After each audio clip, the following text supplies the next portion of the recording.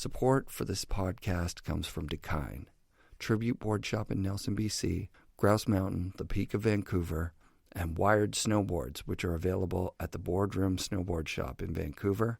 Go to boardroomshop.com and you can get a Wired snowboard shipped to anywhere in North America. Support also comes from rad companies that keep me stoked out with gear for myself, my family, and you guys, the listeners of the show. So stay tuned at the end of the episode for a chance to win a Dakine Heli 2 backpack and details about our snowboard waffle on Facebook for a custom graphic wired snowboard hand-built here in beautiful Vancouver, British Columbia. It was a totally fun time, didn't get too gnarly. I kind of look at the Mystery Air as an improved evolution of the Switchblade. Snowboarding is ours. Obviously I like working with Burton. As an old school snowboarder, you get so used to being treated as a second-class citizen. And I was like, how do you spell your last name? He said, Kelly. And I was like, oh, we should get married. And he's like, no, too symmetrical. This week's guest is legendary photographer Dano Pendygrasse, a legitimate snowboarding pro back in the day, too. He wrote for Sims and Westbeach. I love that we talked for 2 hours before I even looked at the tape. I ended up getting a parking ticket because I thought that I would talk to him for an hour at the max. Sit back and enjoy. We talk about everything. We start our conversation in his business office in Gastown, Vancouver, talking about how skateboarders tend to like getting hurt. It's no surprise that there are kind of a lot of fringe characters in those things because they're finding ways to work out their fucking shit, right? Look at Bozan, right? Oh, God. Holy jeez. Yeah. So, I know Nate from when he was a nice little Mormon, Yep. Or just recently out of being a Mormon. Right. And they say that when Mormons fall, they fall hardest, and I don't think that's always true, but it certainly has been in his case. Is there some guilt with that, because he was such a kid? To be a part of the adults around that watching that happen? I could never speak to what his thing is. I think it's much deeper, but the whatever goes along with your issues when you start trying to medicate it on your own, you're probably going to make it worse. I'm just thinking I'm 15 years old, 16 years old. Yeah, I couldn't drive myself, so 15 or younger. Yeah. I'm at a off-the-wall contest in Talisman, Ontario. Yeah. Tribal Sun is playing at a bar, so somehow it's everyone all ages. gets in, yeah. And we're drinking. Yeah.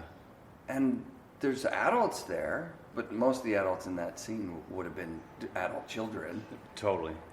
And we got in a lot of trouble for that. My buddy barfed all over the bed and breakfast, white carpet that night, and it was we got pulled from the contest. Yeah, my parents show up halfway through, shaking their head, so disappointed. You're done. Yeah, you guys are completely done. But yeah, it's there. I remember several times being snowboarding as a kid. Yeah, and someone who's 20 is also snowboarding, and they're like, you want a beer? Yeah, sure. And then they're like, wait, how old are you? I looked 14 when I was 20 pretty much, so there wasn't a whole lot of question marks about how old I was. Yeah. I never got into a bar before being 19. I had to have ID to get into a bar. But there was, that scene. I was part of the suburban punk rock community in North Vancouver. So I would come downtown and hang out, go to all ages shows and meet these other guys like me from Burnaby or from whatever. And we were all pretty fucking lucky, but we had mohawks and combat boots, And then, that was a pretty clean scene. There was a part of it where there were some guys getting super into drugs and shit, but I wasn't really associated with that. I was just really into the music and the politics of it. And then when I moved to Whistler, that's kind of the first time. I moved when I was 17, but that was the first time I was not around parents all the time and could kind of do whatever, And so I wasn't a 14-year-old drunk, but I was probably an 18-year-old drunk. Yeah. And that then makes sense. And all the other shit that went along with it, I didn't really touch it when I was in high school, which I kind of feel lucky about. And didn't get into any other shit until I got to Whistler, and that was pretty eye-opening for sure. So who was your crew in North Van?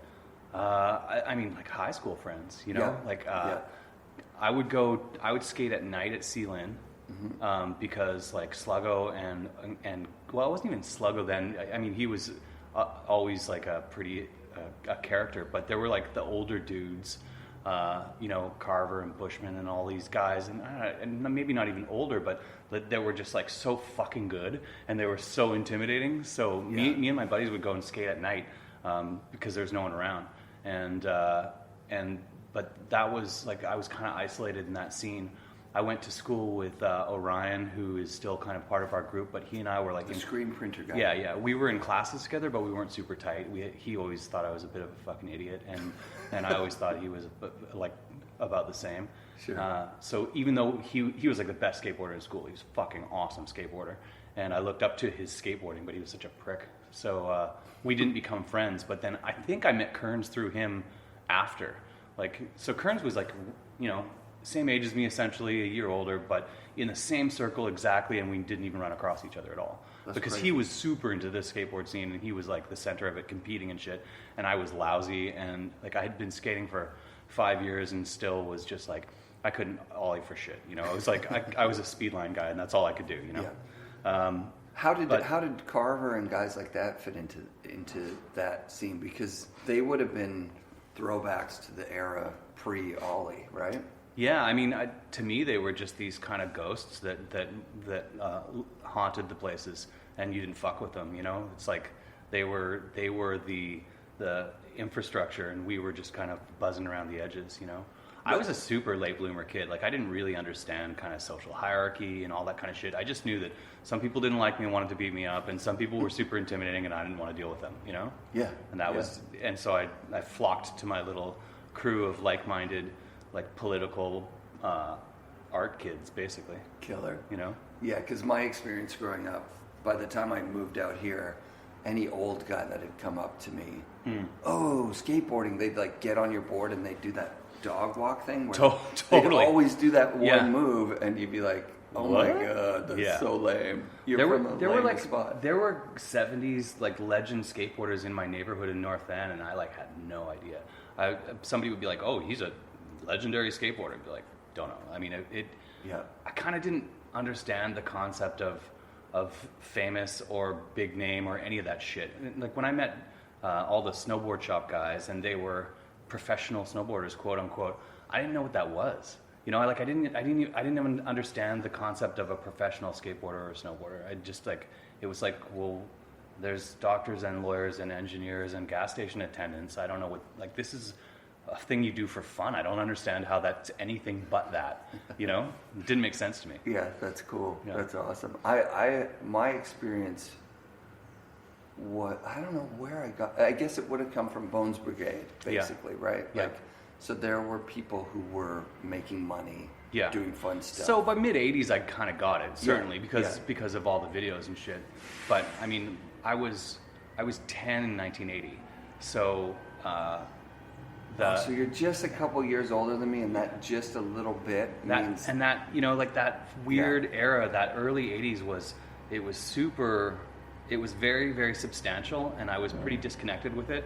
I kind of caught all the lessons of 80 to 84 at like 86 and 87, you know what I mean? Like I was catching up on Minor Threat. I was catching up on like, all that stuff that was so fucking big. Yeah. It was, I was late to the game with it. I had that. But in terms of my friends, I was early, like none of my friends knew for another 5 years. You know what I mean? So that's why when you meet these skateboarders and snowboarders, that it was like, oh, these guys have had the same experience as me, but in other different places. I think that's why that snowboard scene coalesced so quickly in Whistler. Yeah, that was crazy. Yeah. So by the time you moved to Whistler at 17, have you had a camera at that point? Oh my God, no. I didn't take pictures till 1991. So I moved to Whistler in 87. Oh, wow. Yeah. So I had taken because I was a little art guy in high school, I had taken a multimedia class that gives you a week of picking up a camera. And I remember not knowing how to deal with, I didn't understand what an aperture was. I still have the little portfolio I had to make. And I remember looking at the pictures and going what is this depth of field thing? Like, I just didn't understand, you know? But I handed it in because it was like, this is what it's supposed to do, and I like got marked on it. But at the same time, I did screen printing, and you did like lino cut, and like, you know, it was just like an introduction to everything. It's kind of cool. At the same time, I like disassembled fucking 2-stroke engines in shop class. You know, Right, like our right. our school was very much hands-on trade kind of school. So Which you know, school was that? The one Carson Graham. Yeah, Carson. Right. Yeah. Right. So I mean, I learned a lot of that stuff, but none of it really stuck. You know, I had no kind of sense of what I was going to do with that. There was a pre-college marketing course. I think they called it Marketing 100 or something, and I was in the first class when they introduced it. And I was like, I want to do that. Whatever that is, that's what I want to do. And so I basically did first-year college marketing in high school. And then I went to marketing after. I hurt myself and went back to Cap College for a semester and did the stuff. And I was like, this is the same stuff I did in high school, you know? Yeah. That's just the extent of my post-secondary education. But, you know, our school was definitely focused on, like, lining you up for whatever trade or kind of, you know, not really professional careers for the most part. And then so when you moved to Whistler, was it like through a love of snowboarding? And No. So when I moved to wow. Whistler in '87, they didn't allow snowboarding. crap. So I got there in '87 and in the fall, and they announced, in the time that I was in Whistler, they announced they were going to allow snowboarding that year. So sometime after September was when they first said, yes, snowboarding is going to be okay. And I was, again, like, I wasn't really buying skateboard magazines, so I hadn't seen like snowboarding in Thrasher or you know, like in Action Now. Like, a lot of people are like, oh, I didn't see any of that shit. Like, I just didn't pick up those magazines. So snowboarding to me was still like, what is that? You know, like I didn't get it. But I was a skateboarder and I was a ski racer, so I completely understood how to go fast on snow, and I completely understood how to go fast sideways. So I was like, that's me. You know, I still had a mohawk, and I was like, punk rock ski racer? I mean, snowboarding is obviously my fucking thing. Yeah. You know, and the mountain, Blackcomb said, we're going to allow a couple of people to access their job on the mountain by snowboard as a test. And my buddy Jeremy Gravkin was the first one, and he was like a lead hand on lifts, and he was allowed to snowboard to and from work, and it was like a big deal that because people were still like, can you get around on them? You know, in an emergency, will you be able to go places? It was super, you know. Yeah. There was it came from a total lack of knowledge of what it was. Well, also the gear was kind of shitty for a really long time. For too. sure. So I ended up, I skied to work in December of '87, and then by January '88, I bought a board and rode for. What board was it? I learned on a Burton Elite 150 that a friend Glenn Anderson had, and he gave it to me. And so this is like the first week in December. He gave it to me, and he'd ridden it a bit, and he's like, I don't know, man, it doesn't really ride that good. And they had these fins on the side, and I'm like, this is stupid. You can take these off, hey? And he's like, really? So I took it off before I even wrote it, because I knew it was to me that made no sense. Because edges, I was always like trying to make my edges without a single burr, because I wanted no friction, and then having these two stupid pieces of metal. So I took those off, went up, and I learned immediately. Like I mean, by the end of the first run, I was just turning. There was no falling down or anything. It was just like every once in a while you'd catch an edge and slam, but for the most part, it was just like right away. He took his board back and he's like, oh fuck, this is easy now. So me and my brother split a GNU anti-gravity, the 166, which is way too big, and it was like, it flexed like this concrete floor, like as in not at all.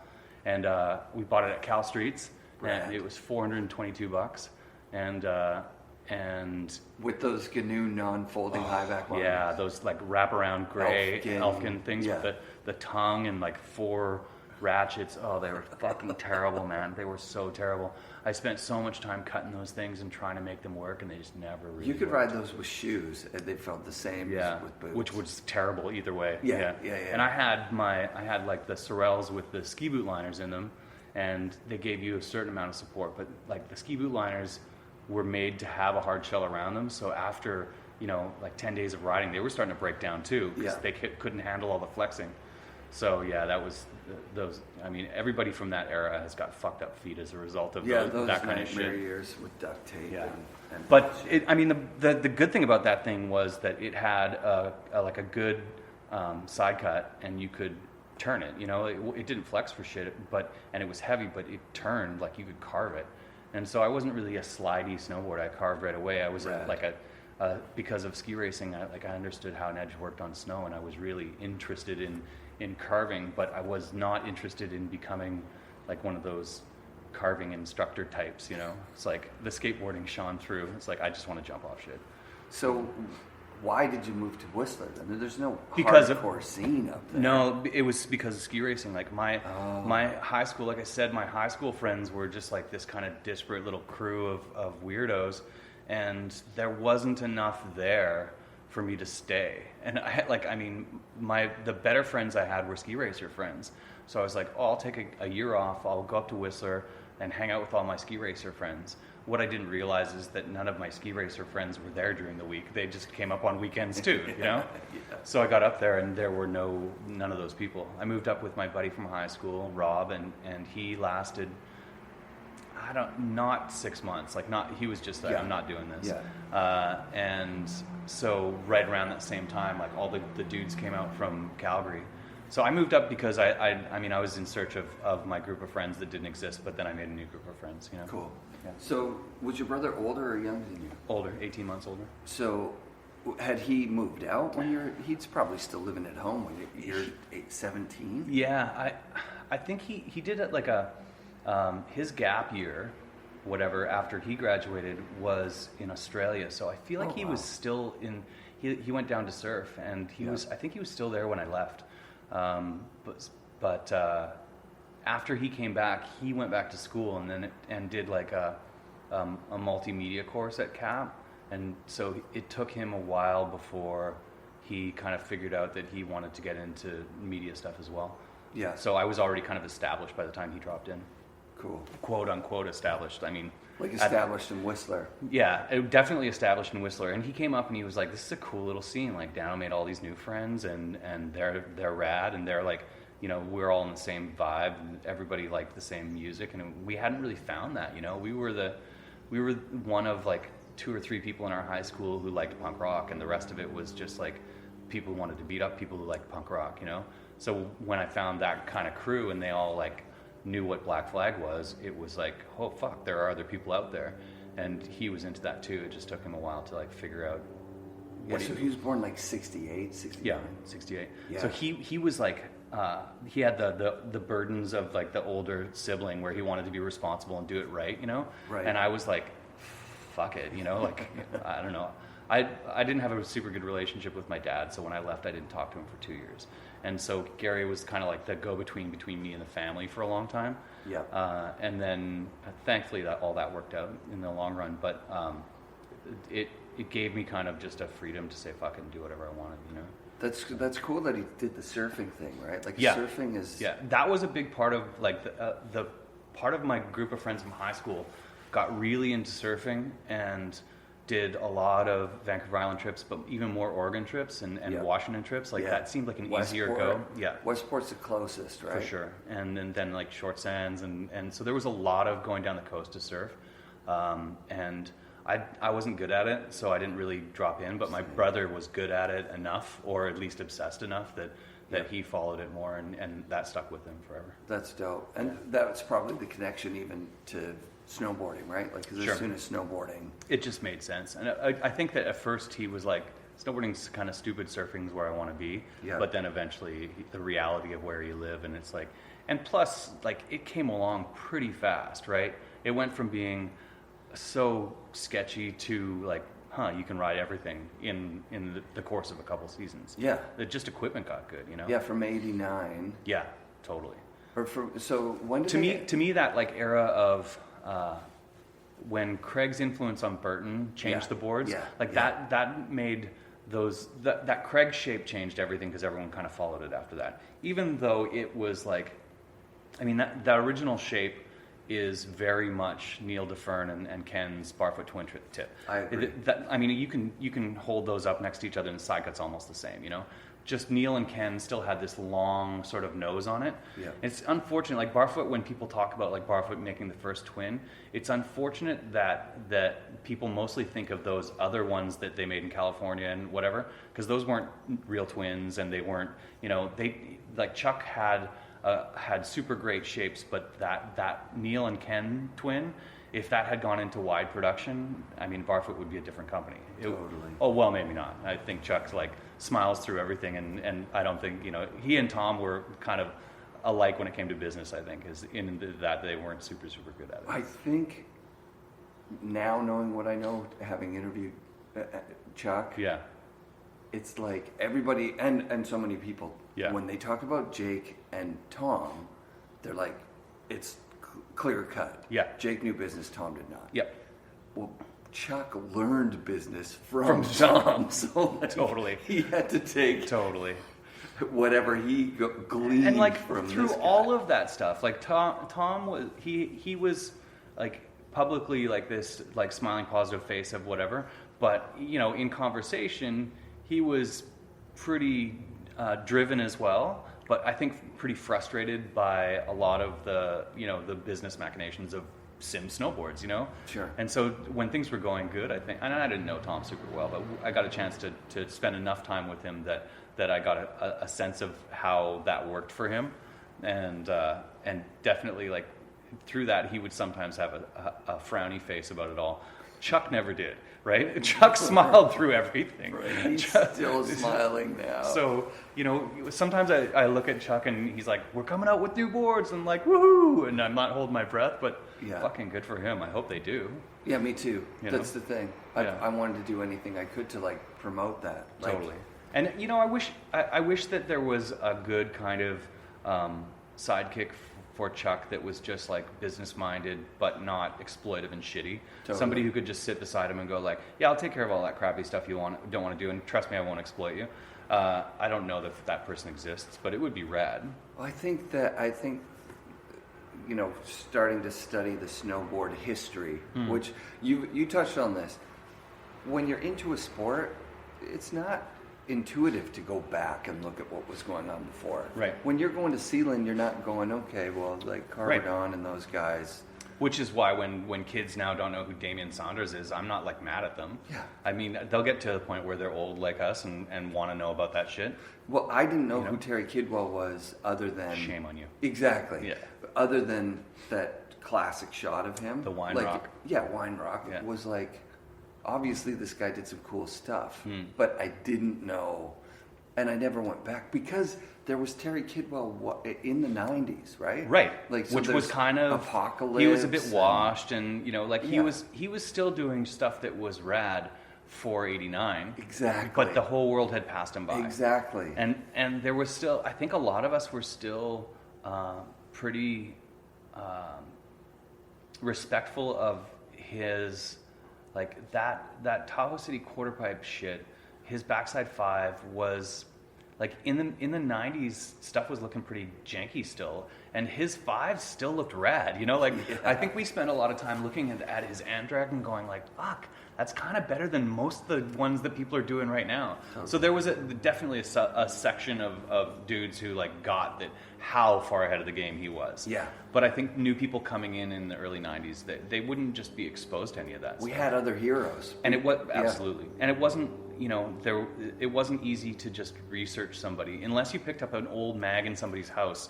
How would you even know? No idea. Yeah. Exactly. No idea. So like going back for me has been this wicked trip where Oh, I I get bet. like the depth of the story Oh. that comes out is like. Well, oh and my when I listen to your podcast and somebody starts telling a story, it's just like, oh shit, there's like an hour on that, and it never has the time to go that deep into individual stories, but I have to go back and talk to a bunch of people that I sure. kind of just barely scratched the surface. Yeah. I've got a Carter Turk episode I'm going to put out, but rad. like most of it. I want to know Carter's story. He was just this legendary dude of Baker that would occasionally get a photo that was kind of like, that's weird, because he'd be in a jean jacket or whatever. It was like just kind of outside of the cool of the day. But the guys down there all just had such reverence for him. Yeah.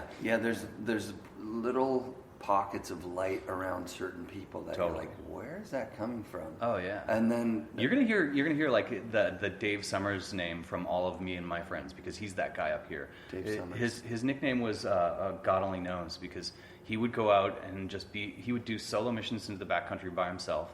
He put down pretty much every snowboard first descent in the Coast Range. Most of the time, never talked about it. He's just this really soft-spoken, really driven but humble guy. And now he splits his time. He's in Baker. He shapes boards, and he shapes art. Like, I would buy one and put it on the wall. It's so fucking beautiful. But all of us were like, whoa, Dave Summers. He was like this integrity to an idea to a fault. But his snowboarding was so badass. He was the guy who went out and people would say, has anyone seen Dave? Not in a couple days. And he'd be on a mission by himself doing something. But he put down all these first descents, like Trevor Peterson and Eric Peyote get all this credit because they were pretty good at self-promoting in those days. He didn't give a shit. He just went out and did it. He didn't do it for anyone else but himself. He didn't talk about it, didn't document it. But people would go like, "Whoa, there's a snowboard track in that. No one's ever done that before," and everyone would be like, "Oh, Summers." Like, there's no other way that's what. So rad. Yeah. I love that. And Yeah. where was he from? Was he from Whistler or was he from He here? ended up in Whistler. Oh, God, where was he first from? He was first from BC and then went out to Sunshine Village and met up with all of those snowboard shop guys. So he actually came back to Whistler with that first rush of Alberta dudes. Yeah. Yeah. So where do you get the first camera from? And pre-camera, are you an aspiring kind of pro guy? Yeah. I mean, I was a sponsored guy, right? Yeah. So I said I went back to school for 6 months. Yeah. At the end of that 6 months, the next semester started January 1st, I think, or around then. And Achenbach was like, hey, do you want to go to Japan for free for a contest? So I was good enough to get into a contest as long as I was vouched for by Ken. Yeah. But I wasn't good enough to, like, my sponsor was Snowboard Shop, and then I rode for Quicksilver, and I think HO was distributing Quicksilver at the time. That was like me, Kearns, a guy named Rick Jason, and Mike Dumaresk, and Christy Iserman. There was just like a little tiny crew, and that would have been like 88, 9. And then after that, I was at the Westbeach contest, and they kind of pulled the plug on that whole little like micro program. And I started riding for Westbeach like that day. Rad. And then Jay Gunzig days? Yeah, totally. So that was a really crucial transition for me. So that was probably in 90, I would say. Yeah. And I was riding Crazy Banana and Quicksilver, and then the next day I was riding for Sims in Westbeach. And it was just like, shit. whoa, Yeah. And I had quite a few pictures in magazines, and I was pretty like, it was good enough that I could get on trips. And have photographers take credible photos. That's about it. Yeah. But there was definitely a point where I was like, this sport is getting, like, when it started really spinning, if I had to do more than 360, it was like, oh boy, like 540, eh? You have to go into or out of that backwards.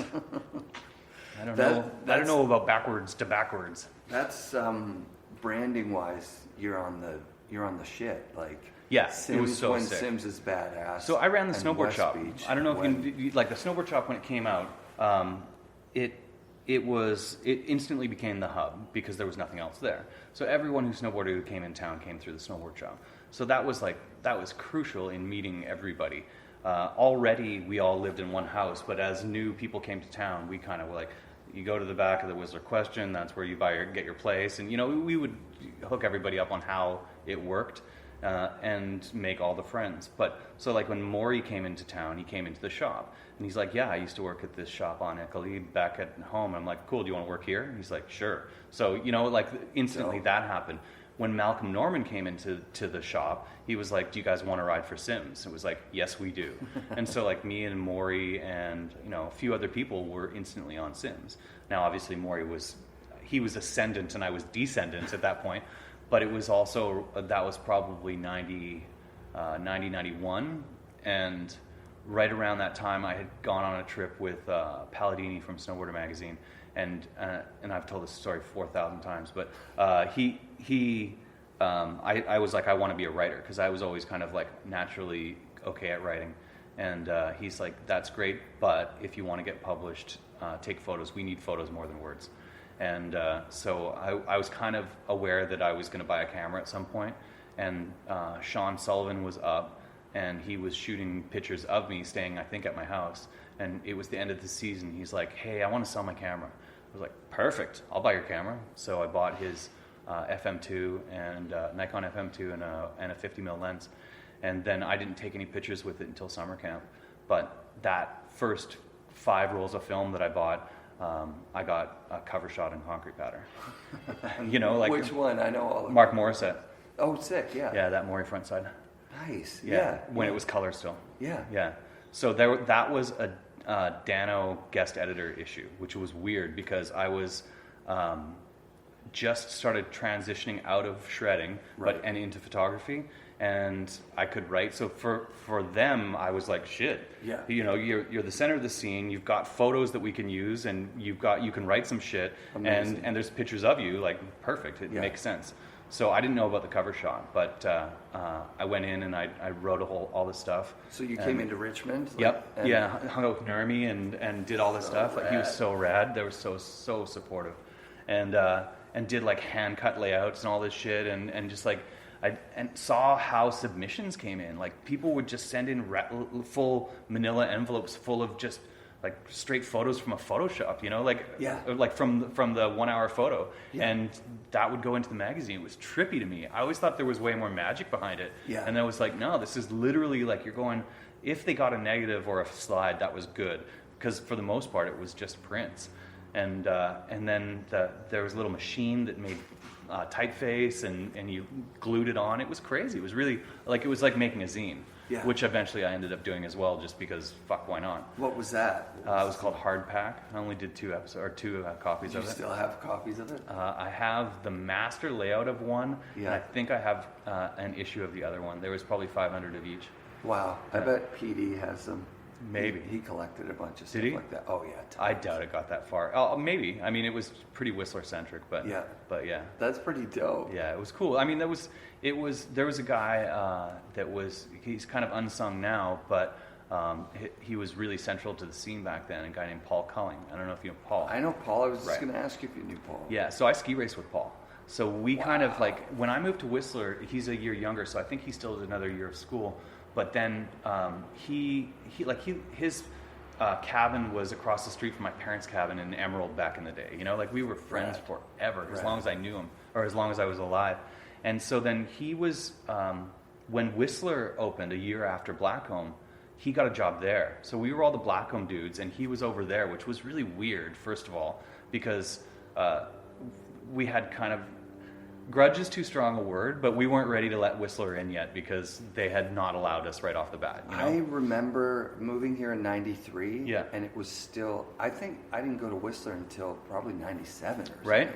Like you just come up and you go ride Blackcomb because it just had such a better name. Yeah, for sure. And all of the snowboard media in those first days came from Blackcomb, first of all because they let us up first, but you know, it gives you a flying head start. Like, all the snowboarders find the stuff. And when you find the quarter pipe and the wind lip, like that natural terrain was just so impactful to not just our scene, but the whole scene. Like the whole world. The whole world. Like the wind lip became world famous. The wind lip, I remember Damien talking about it, saying it was worth driving all the way from California to hit one time. Yeah, totally. I was like, I'm going to hit the wind lip. I told people in Ontario, like, I'm going to hit the wind lip. Yeah, and I've heard that story. I heard that story from a lot of times. People would come out and be like, and we'd be in the snowboard shop, obviously, so they'd come in and they'd be like, what about the wind lip? And it's like, well, it's December, it doesn't set up just yet. You know, and they'd be so disappointed. Like, that's all I came out here for was the wind lip. And then you only have to hit it 2 or 3 times to realize this is insane. It sucks so bad. It's so flat. It's and so it's flat. So big. It's like to get a steep landing, you have to go 1,000,000 miles, and even then it's not a great landing. And then after they put the road in there, it was just over. Right? So, but it used to be. I hit it on a POW day on a 200. And I was like, this is perfect. It's perfect. Yeah. That was so rare though.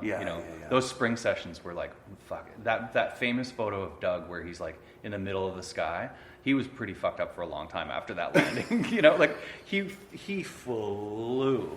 I wasn't even there for that. I had to work the shop that day. Oh man, that's one of the biggest things. That was probably the biggest shot for a couple of years. Agreed. Like, as far as like off the snow. Yeah. Yeah. I think that it had the same kind of impact as I mean, not in terms of style or whatever, but of the Ingmar shot. You know, like the Ingmar quarter pipe shot was so much bigger than anything at the time that it changed people's like understanding. Rock, the Doug shot, Ingmar. Those three are and Wine Rock is like, okay, I can jump off big things. And then the Windlip was like, oh, I can launch off big things. Right. And then the quarter pipe was like, I can do all of this with style. You know, it's like it's this trifecta of raising the bar. Yeah. But just, you know, it allows people to imagine the sport in a different way. And after Ingmar's thing, like that was a bar, and that was a new standard that changed how people rode quarter pipes from that point on. You know, and it made a lot of airs look really stupid after that. It's like things that got published in the following issues. It was like, wow, that's tiny. You know? Yeah. I remember thinking that whatever DC video that Danny Way kind of rolls out the mega ramp. Yeah. I was like, ooh, this is making snowboarding look bad. And that was the conversation. Yeah. It's like, this is going as big as snowboarding. Definitely. There he is doing a backside 7. This is a thing that snowboarders are like, that's a hard trick. That's like, our hard trick. Yeah. Unreal. So, did you naturally have that before you picked up the camera? Like that dissection of what's going on in snowboarding and what's cool or not the progression? So much, you know. I think it was all pretty self-serving. Like it was like, this is a means for me to keep traveling. You know, like the magazine trips through Alberta with a bunch of dudes in a van, and then the Japan trip was like. What year was the Japan trip? It must have been '89. Wow. So is that pre Damian Sanders dirt pipe, or was it that year, the mini pipe? And I remember. It was maybe the same year, or maybe it was the year after. Yeah. But it was a smaller contest. It was called the JPST, and it was like, I think they were trying to compete with the bigger scene, and it was like Mike Estes and Jimmy Scott were there, and you know it was, but like Brushy wasn't there. You know what I mean? It was like kind of that level. Yeah. But that feeling of travel for snowboarding, like I said, I didn't understand what pro snowboarders were up until that point, or up until the early or to the late 80s.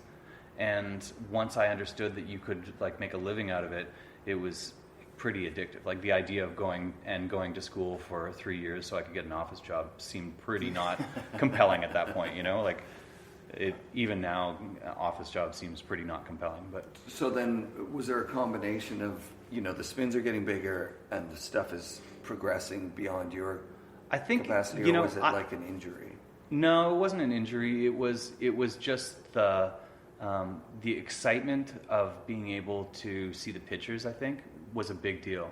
Like there's something really addictive about getting film back. There's this real like adrenaline rush from things working out, and I know that's that point doesn't exist anymore because film's, you know, not used in the same way. But in those days, you would get stuff back. You'd have to wait. It was expensive. It was an investment, and it would come back, and you either won or lost. You know, and sometimes there was versions of winning and losing, but you know, sometimes you would open it up, like with those first 5 rolls of film, and like it was good. Like the shit was good, and I was fucking stoked. I only owned 1 lens. Like I didn't know that you had to have a wide-angle lens to shoot half pipe, so I didn't shoot half pipe with a wide-angle lens because I didn't have one. Right. I didn't have one until, I don't know, 4 years in or something, 3 years in. Like I just didn't know, you know. Like I was teaching myself, and I had this really stubborn kind of headspace that I didn't want to learn about photography that much because I thought it would corrupt like how I was learning myself, which is fucking ass backwards. And I mean, I wasted a lot of time as a result of that. But the other side of that was that when you learn stuff the hard way, you really learn it, you know? So I taught myself to do things that were maybe backwards and wrong, but that was my process and it worked for me. So ultimately, things, there were a lot of people who would pick out Dano photos, and they would do that because it was a kind of a unique way of process, if nothing else. I wasn't, super unique in terms of my shooting, but I knew what I wanted to shoot. I had a point of view, and that, that translated, I think. I think this morning, thinking about it, because I've talked with a couple of photographers. I talked to Sean, actually, Yeah. Sully. I listened to Sean's. I think Sean's was the first one I listened to. Oh, right. And he had said this thing in it, and he was like, none of us old guys transitioned out of film. And I was like, I was listening to it and going, are you kidding? Like, I absolutely did. And it's just that, after 15 or 18 years of shooting the same thing, my interest in that wasn't gone, or wasn't still there. And so I still shot digital for, I don't know, 3 or 4 years before I moved out of snowboarding altogether. Yeah. Those things weren't related. Right. They were related in a way, in that the value of photography went down so hard that when I went and launched the magazine in California, we're jumping way ahead, but when I came back and I talked to all of my peers, and like across the board, all of the jobs were getting paid half what they had 3 years earlier. And I was like, this is fucked. I'm not taking less money to do the same thing. Right. And actually have to work much harder. Yeah. And so I had already burnt out on the backcountry at that point anyways. So but I think there was definitely a lot of people, it coincided with digital, but I don't think it's because digital that a lot of people got out of it. There's a big transition. Surface is like the best example of somebody who just didn't phase him. He just kept moving forward. And there are lots of examples of that. Andy Wright is another one. And, there's tons. Yeah. But Sully, you meet Sully through the snowboard shop, obviously. He was the first senior for Snowboarder, maybe? Yeah. And so I think it was through Snowboarder Mag. Rad. I think I went down and I was a tester for their snowboard test in '88. Got it. I was just sort of like, I ingratiated myself to this scene so much. I met people, I liked them, they liked me, and they're like, oh, you can write and talk, why don't you come test boards for us? And then you'd meet a whole new group of people. Rad. And then spend a little time in Tahoe, met those dudes. Amazing. I was in a Fall Line film, met the Hatchets. Yeah. Which one? The Riders on the Storm. Oh wow, yeah. Sick. So they came up and needed a place to stay, stayed at my place or at our place, and we showed them around the mountain, Dope. And as a thank you, they put us in the movie. They put me and a couple guys. But then that ended up with them coming back up and filming like summer camp stuff, and there's ended up being this real kind of Whistler Tahoe connection. But then there was too much talent in Whistler and not enough room in the Tahoe scene to cover all of that. Yeah. So that ended up being like why Whiskey started. Basically like those guys would get filmed and then cut, and they're like, dude, I just wasted half my season filming for some American company that's not going to use me, and then. That's a really good. We'll do it on our own. That's a really good into this question that I have, which is there's a temptation, and you had to obviously come out on the right side of it.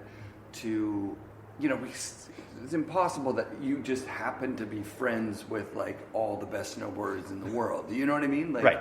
You're gonna have to go out of your circle of friends, and there's going to be times where you're going to have to say like, hey, you know what? That scene was really weird, man. It was super inclusive. Like you met people and they were your friends. Yeah. And I think that appealed to me so much after growing up in North Van, where I would meet skateboarders and they were like, fuck you, punk. Right. Like you're not cool enough or good enough. And like when you said like, how was your relationship with those guys? I wouldn't even exist on their radar. I was a piece of dust floating around the edge that they didn't even notice. Like that. Right. That was skateboarding. It wasn't super like, come on, I'll take you under my wing. You had to earn your fucking lumps.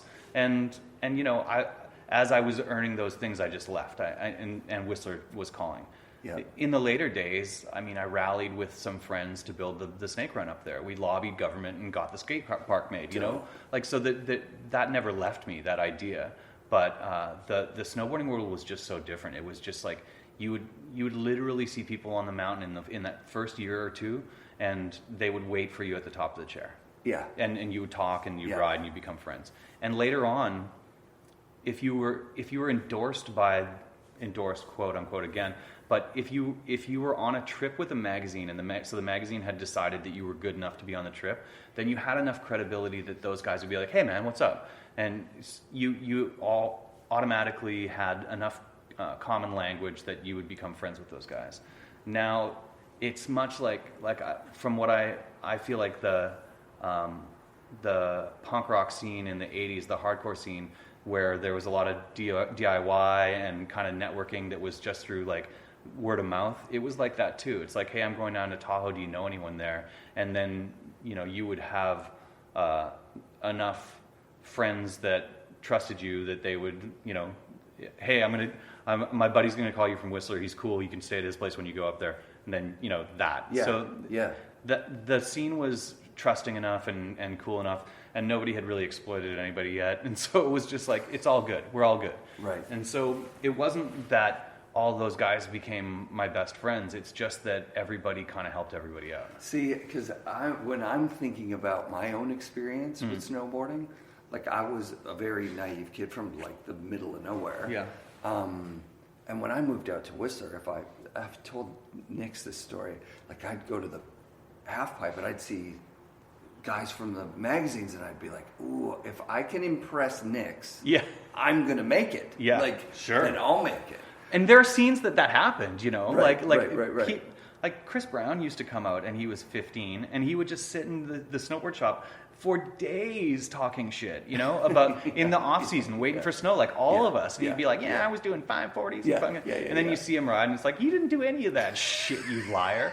But, but he was like, he was good and he impressed the guys around him enough by whatever means that he was, raised and elevated. Yeah. Duffy's a great example, just like smiled and was super fucking good. And Johnson's like, I'm going to make you a star. Yeah. Like that kind of stuff. It did happen for sure. Sure. Like the people at the magazines didn't have enough fingers on the ground to know who was up and coming. Totally. They relied on us. When I became a photographer for a snowboarder, like every year we would sit down and they would say, who's up and coming, like what, and then they would give you a list of like, when that was all compiled of like, here's who we think is up and coming. But that didn't like preclude anybody else. Right. Like if somebody just was like, somebody rips, like Edgeworth just, came and was such a powerful rider that he demanded to be acknowledged. Yeah. And so, like whether or not he was good for brands was irrelevant, like that kind of shit, that sort of brand, the carefulness around image wasn't there yet, obviously. Right. Which, that's what happens with money. Money changes that. Totally. So there was no money in it, so no one cared. It's just like, that guy's spectacular. I want to watch him. Even if he flames out, I want to watch him, Yeah. And it was all about spectacle back then, you know? Totally. Yeah, I remember the Nix thing. Quickly, maybe 2 or 3 seasons in, I realized, the hubs are the photographers. For sure. So like I met Eric Berger. Oh, yeah. And when I was in Montana, I met Rob Gracie, Awesome. which was amazing. Awesome. Rob Gracie was the first trans world photographer I met. Yeah. And I was like, you ski and you smoke the whole time? Like, what the fuck is this? And I couldn't believe, okay, well, this guy is like a gatekeeper. Yeah. It was sure. relevant. It was instantly like, oh my God. Editors and photographers, man, that's it. They're the gatekeepers, Yeah, for sure. for sure. So at what point did you become a staff photographer for? Like 92, right away. That's pretty perfect. much. So I got that. God, it's really interesting too, because in 92, so I was still riding for Sims in Westbeach. Yeah. I had done that guest editor thing. I hadn't like given up my sponsorships yet, but I was starting to like realize that shooting was going to be more of a thing. And so Sims was doing a team shoot at Bachelor that I probably wouldn't have been able to go on as a rider. I probably wasn't at that level. But as a photographer, it was like, yeah, we'll come along and shoot and we'll see what happens. And like Guy Motil was shooting it, and it was a pretty big deal, Like at that point, Guy was kind of, I think, phasing out, but he was still, he'd shot like, a lot of really, really relevant stuff, right? Yeah. And so just sitting next to him and like listening to him work and talking to him a little bit was like, it was huge. And I got good photos out of that stuff. I met Selaznick, you know, it's like, I think I'd met him before then, but that was like the first time I got shots, and Palmer and, you know, those dudes. Palmer had been up a lot too, so. Is that where that Sims fakie shot is? Yeah, the air to fakie? Yeah. From Bachelor? Yeah. Yeah. That's from Bachelor. Yeah. I didn't know that's where that was taken. So there's a bunch of shots from that haven't really been seen, but that, you know, at that point I didn't understand how to even charge for things really. You know what I mean? It was just like, who taught you that? That's another self-taught thing? Sully a little bit, although he did it in a way that was like kind of a not a great way. He tried to start a little like an agency kind of model, and he's like, I'll market your photos. Him and Ken Hermer, and it was called Progressive Images, and I had these. I remember seeing Progressive Images all the time. Yeah, for a long time. I think he might even still use it, but at that point I think he had a bigger vision of it than just being him.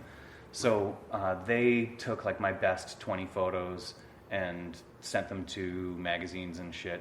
And so that would have been in 92.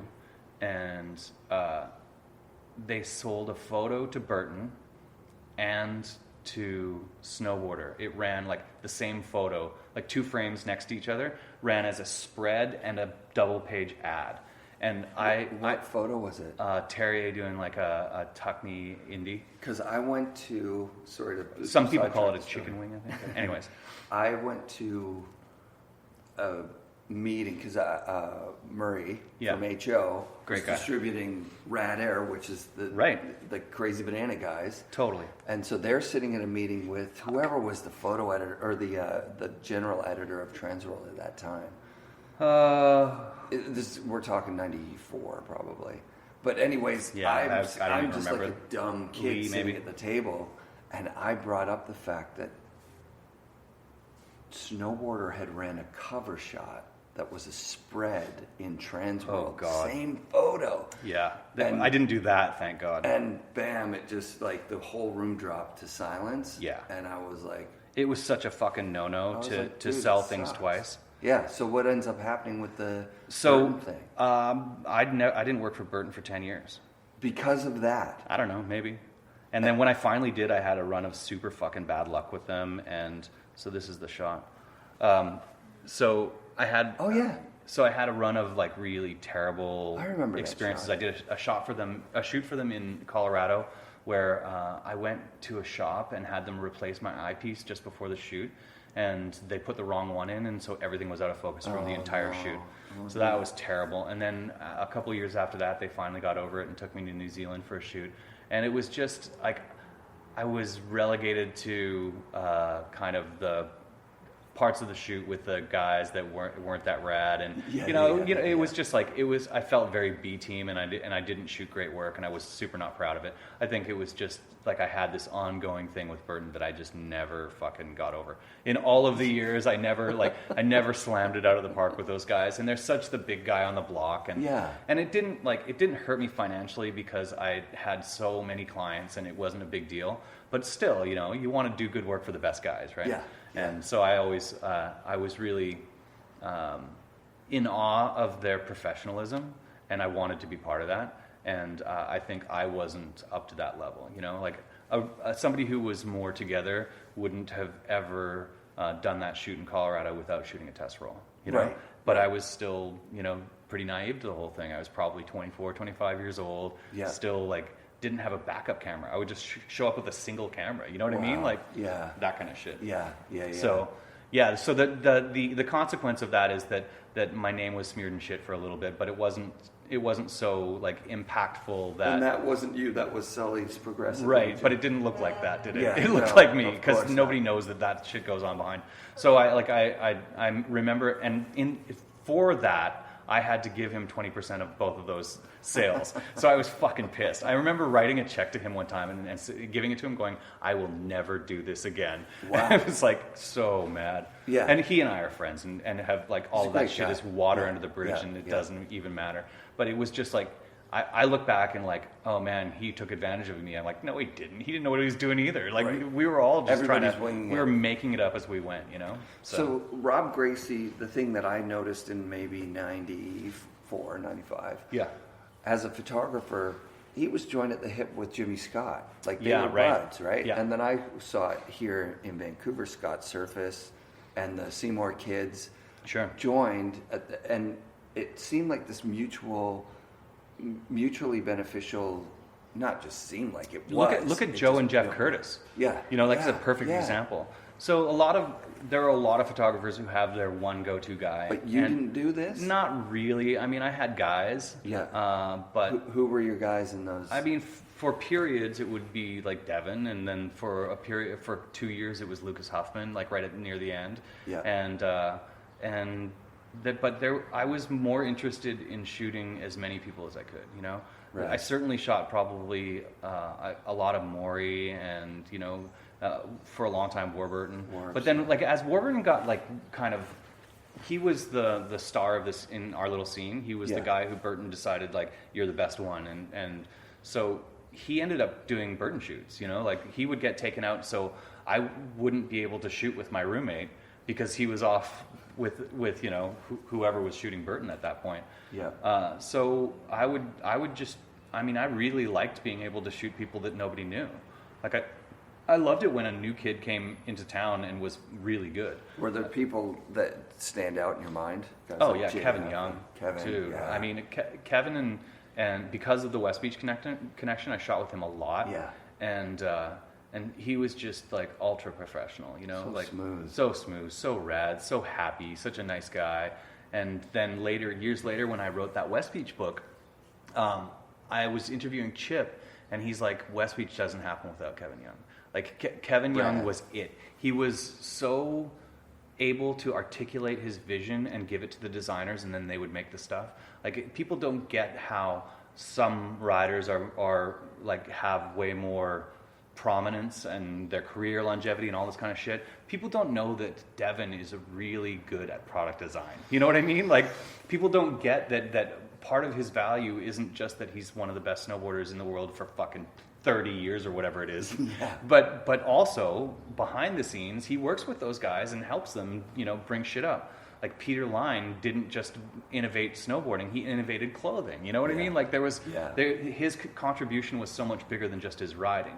So that kind of, like, added value. Then you get other people with kind of, like, short careers, and you're like, why didn't that guy go anywhere? Well, because he was super good, but he was also useless. Like, there are a lot of dudes out there who are a pain in the fucking ass to be around. Anger seems to be the thing. Anger, or just like an inability to take on your own shit. Yeah. Like, I would have to sometimes bring lunch for people when we went snowmobiling because they couldn't pack their own lunch. Like, these are fucking adults who can't pack their own lunch. Like, that's fucking pathetic. That sucks. But when you get noticed when you're 14 and people start telling you how rad you are, you start expecting to be catered to. Oh man, I can't even imagine that. And that's why the guys who are great are revered so much, because they don't have that attitude. Like, the best guys in the world aren't cocky. Totally. The best guys in the world are humble. Yeah. Well, you get your Palmers and you get your, Well, sure, yeah. like, your best competitors. But Palmer comes from an era where, like, the shit talking was part of the show. Yeah. Yeah. And then, like I said, when money comes in, it changes everything. So you have to really be careful about your image. And he's humble. Like, I'm sure when you shot with him up on the Blackmore Glacier and he's a big star, Yeah. he's not a prima donna up there. Not at all. He's a fucking He was pro. my first cover of American Magazine. I did that one footer of him for The one Snowboarder footer. Magazine. Yeah. And like 2 years later or a year later, we're hanging out somewhere else. And he's like, hey, what'd you make for that? I was like, I don't know, like $500, because it was probably $500 for a cover back then. He was like, dude, I made $3,000. He made more in photo incentives than I did for shooting the photo, which obviously he would. But he was so fucking proud of it. That's so dope. I love that. He was always fucking really funny, and just no sacred cows, like, just whatever. Totally. And totally. that my crew was always that way. Like, I really gravitated to people who made me uncomfortable. Cool. I think that's why Kearns and I became such good friends. Wow. Yeah, that guy. Oh Yeah. my God. Are you getting siren? Yeah, it's in there big time. I do live in a sketchy neighborhood. Nice place in a sketchy neighborhood. Yeah. This is the sketchiest neighborhood. Yeah, it's one of the poorest neighborhoods in North America. Yeah. At least one block away is. Well, if it's you funny. go that way, then Yeah. it's suddenly like, this is, This is the And it's corner Wall of Street. gentrification Yeah. and poverty right here. Yeah, it's crazy. Actually, when I moved out here in '93, it was such a great time. Yeah. We came out with surfboards, snowboards, skateboards, and we're on the plane. And my buddy had done a independent study on Kevin Harris, as a rad. prominent Canadian hero or whatever. So when I did that guest editor, Yeah. When it was all done, they sent me a Kevin Harris T-shirt as a thanks. Sick. I still have it. Sick. It's worn through. It's one of my favorite things. So Dude, I have so much respect for Yeah, that guy. I have a that guy's signed Kevin amazing. Harris deck in my front hallway. Perfect. Yeah. He's so dope. Yeah. He was on the airplane as we flew out here. No way. Yeah, because we'd done the Toronto trade show for Murray as a kind of job interview. Yeah. Kevin Harris is coming back from that. He's on the plane.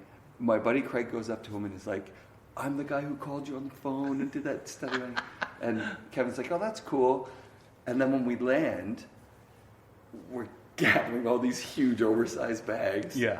And Kevin's like, where are you guys going? We're like, we don't know. He's like, come to the skate ranch. Here, share a cab with me to this ranch. Yeah. Store your shit under the ramps. Awesome. And go find yourself an apartment. Amazing. Isn't that insane? It's amazing. That happened without, we weren't like, hey, can you help us out? He was like, Yeah. guys, what are you doing?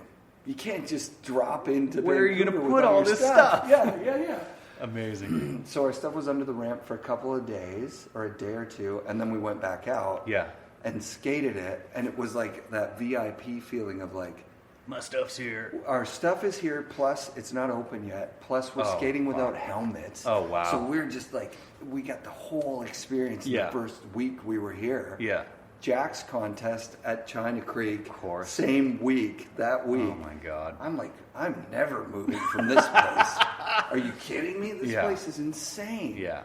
And that was September, so, Snow hadn't even years ago. hadn't even flown yet. Yeah, and we hiked Baker probably in October, or maybe even still in September. Yeah. Table Mountain, Oh God, awesome. and I was like, every time I go back to Ontario, I'm like, there's other places you can live, right? Like Yeah. you could live other places. Ontario's not so bad. I mean, I know a lot of people left that place, but everyone was telling me, because all of those people I lived with, they're like, fuck that place. Yeah. And then it took me years to go there. I probably didn't go to Ontario until like 98 or something. And when I finally did, it was great. I had a super fun time. It was it was awesome. Yeah, that's. But again, mountains and all that. Yeah. It's I very just different. realized this year, maybe even this season, that there's a reality in which I can ski and enjoy it. Right? Yeah. Just like that. Like Sure. the Ontario thing, there's great things about it. Yeah. I could be skiing and having so much fun. Yeah. Skiing. Yeah. But 25 years, 30 years, I've been like, there's no fun in that. Why Yeah. would anyone do that? But people rip at it. Sure, of course. And you don't think they do it because it sucks. Yeah. Like obviously. they're enjoying themselves. Right, obviously. Yeah. Yeah. Anyway, so. I'm not going back to it anytime soon, but Do you do it from time to time? Did you ever? I've did you ever skied ski twice since I started snowboarding. Holy shit. Maybe 3 times. So you never took skis to get access to places, or? No. When did you get a snowmobile? What was? I think we started renting in '95, and I bought my Yeah. first one in '96. Yeah. We had done a lot of heliing in the range close around, and some further away as well, and knew that was that's where we wanted to spend our time, but it was super prohibitively expensive. Yeah. And then the guys who were starting Powder Mountain Snowcats were like, at that point it was just a total a backyard project, and we went up with them one day, and it was like not a great day. The snow conditions were kind of crappy, and we went up actually Chocolate Bowl, and I remember being in the back of this like diesely cat for 2 hours, just like I'm gonna puke, Yeah. and then watching the guys on the sleds who were running support just going around us, and being like, that's it, fuck Those that. are the things. So we rented a couple of times, and there was a day when we went up and saw our heli skiing tracks from the day before, and we're like, we're in the same place. We're in the same place we helied, and that was it. Like, just That's it. yeah, it was over. And it took us a long time. Like, the great thing about sleds back then was, first of all, nobody did it, and second of all, they weren't very powerful. So like, it took a long time to explore, and that was the fun part. So I was probably less productive in those days, in that first year or two, because we spent days where we just got shut down a lot, But when we did get stuff, it was so much better, because shooting off the side of the resort had become kind of, we couldn't get the kind of stuff we wanted. It wasn't big enough. It was like you couldn't build a jump even in side country. It was, you know. Did you ever shoot Seymour stuff? Yeah. I mean, we shot a fair amount, like not on Seymour, but like up behind. Yeah. And I don't think that I have any of the shots that named jumps, but I certainly shot a bunch. Quarter pipe and a little bit of city booter and McGuire. That's low hanging fruit. City booter. Oh, for sure. It's for sure. It's just a spring party more than anything else. Yeah. But I mean, I shot up there when I was still a rider, so it was always part of our scene. That's dope. Yeah. Yeah, they were hiking up there that early? Oh, yeah. There's Kearns has video of me hiking up. But that was when we were both on Quicksilver, so that's 89 and 90. That's really and somewhere there's pictures of a little jump that we built over there. I wish I had those pictures. That Mystery Lake style jump, like so. You know when you go up to city and then just cut right, and just over in there was just a weird little rollover, and you know honestly, booters it wasn't the same kind of thing, but it was enough to get off the ground or whatever. It's crazy that when you get up into the first peak there, like because we're in Vancouver, we've got the 3 different mountains. Yeah. Seymour, that peak, there's jumps and quarter pipes everywhere. Yeah.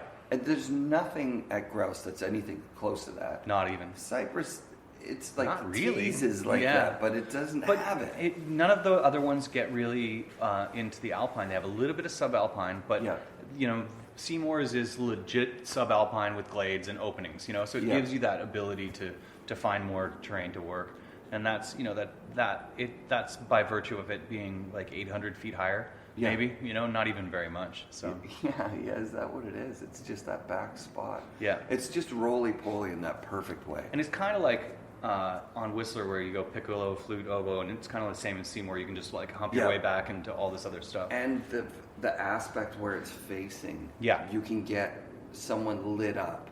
Totally. With the backdrop that you need. Yeah. So it's outstanding. Yeah, you know, awesome. That place is...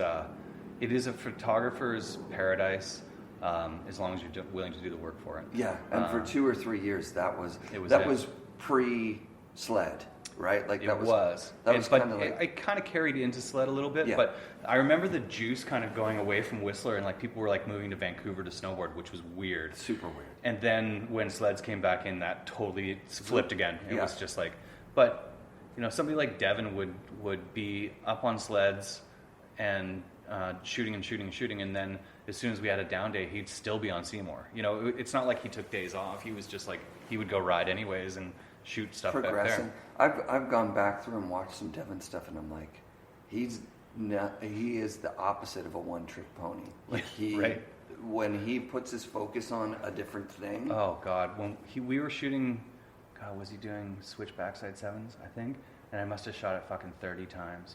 And I saw that footage recently, like one of those old Instagram accounts that puts up videos. Yeah. And I saw it, and it's perfect. And I was like, like the amount of time that you put into something, right? Because he got it, but maybe he touched a hand, or he got it, but his style wasn't right, or what, you know what I mean? Like he was a perfectionist. Devin comes up as that name for perfection. Yeah. Like I can remember hearing that he wouldn't allow a photographer to submit a photo of something that's been filmed that he didn't want, or something along those lines. Like he was never that prescriptive with me, but I could see it for sure. Yeah, I mean, I think that he was just more active in what he could control. In that, if he went to a thing, he wouldn't do something that he knew had been done there, which makes sense. Right. But also, he was the guy who would go to a jump and do the hardest trick first. Like most people would do warm-up stuff, and he's like, I'm not fucking with that. Yeah. I'm going to do the hardest thing first while the landing's still good. Yeah. And that's an intimidating way to go about things, right? That's right. But that's, and he had a mantra. It was like, stomp it or nose roll, because people would always be in the back seat. He's like, I'm not fucking going in the back seat ever. I'm landing on my front foot. I'm going to stomp this, or I'm going over the nose. I'm not going in the back seat. Amazing. Yeah. That's dope. Yeah. And that obviously worked for him. Yeah, for the sure. connection was there for you guys from Westbeach, right? Because so he got on Westbeach. It's an interesting story. It was kind of my first job shoot. It would have been in late 91 for their 92 season, or it might have been even in 92 for their 92 season, like, depending on when they sold. Yeah, it might have been. But like Kevin and John Boyer and Paul Culling were all the Westbeach team, and we were meant to shoot in Whistler, but the conditions sucked. And then there was like, well, look, come down to Seymour, we'll shoot down there. And then there was this local kid. There were a couple of local kids, him and Alex Toporowski, and they showed up and they got the new stuff, and we all shot together, and everyone was just like, holy shit, who is that kid? And so I shot those photos of Devin, and they went in the catalog, and Boyer saw him and said, you're going to ride Barfoot. I'll take you to fucking California tomorrow. Yeah. And we went down to Bear pretty soon after that, and then he just blew everyone's mind. Yeah, I remember that was the first year of footage of him. Yeah. That's when I moved out here in 93. Yeah. I was like, I know who you are. I saw you in whatever rap films. And he was like, it was so new. Yeah, it's The Source, wasn't it? Yeah. Or was it the one before that? It might have been the one before that. Yeah. I'm trying to think. Because Boyer had a connection with those guys with the rap film guys from when he was pro. Right. And also because they were out of Calgary. So. Right. I always forget that Boyer's from Calgary. Yeah. Because he's California now, he's one. Yeah, he's a screenwriter now. Yeah. And I think he directs a little bit as well. But he's one of the stories that doesn't get told very much, I think, because he just sort of went away. People mostly talk about his board graphics because Jeff McFetridge did them, and they were like, so dope. Skate style. They were the first ones who did like a skate style graphic, and those graphics were amazing. But like Boyer's, style and his abilities were supernatural. That guy was like, he if he had the kind of head in the game that some of the other guys did, he would have been Brushy level for sure. Really? Yeah. Boyer at Brushy level. His style was so rad. He had so much pop. That's dope. But he was just a little bit older, but when Brushy came out, he was like pretty changing of the guard. Yeah, him and Jamie changed the guard, Jamie Lynn. Yeah. Yeah, of course. Yeah. Yeah, a funny story about Boyer and Devin is that when Devin switched to Never Snowboards, he brought in his old Boyer and was like, can you sell it at the shop at Boardroom? And I was like, Japanese guys are buying stuff like crazy, but if it had John Boyer's signature on it, do you know John? Could you get him to sign it? And he's no like, way. Fuck, he's not here. So Devin signed John Boyer, and we sold that board for like $700. No cash. Way. Amazing. Yeah. So I'm sure Devin used that money to go on a trip somewhere. Yeah. And get more photos. Fuck. Amazing. Somewhere out in the world, there's a fake Boyer with a fake. See, it's signature. actually radder than just a Boyer signature. A Devin signature of Boyer's signature is like super collectible. Yeah. I'm so glad I don't fuck with that whole scene, like the whole board collecting thing. There's a couple boards I wish I had, but God, not to the point where someone will send them to you. Those guys are awesome. The VST. Well, I mean, I had that year that the Craig. The first Mystery Air came out, I had the Air of that I bought from Warburton. Yeah. That was the last board that I paid money for. Yeah. And he sold it to me for $500 fucking dollars, which was all the money in the world. But I mean, listen, he and I were making about the same amount of money. I was running the shop, and he was a Burton pro, and he just didn't make that much money. That was the era. And so he needed it to get by. $500 board back then. Dude, it was huge. But there was two things about it. First of all, it was not released yet. So I could ride it the whole summer and be like cool and ahead of the curve and look like I was a Burton guy, even though I wasn't. And second of all, like all the boards at that point were still like heavy, thick, not flexy. Yeah, and it popped. Like it was light.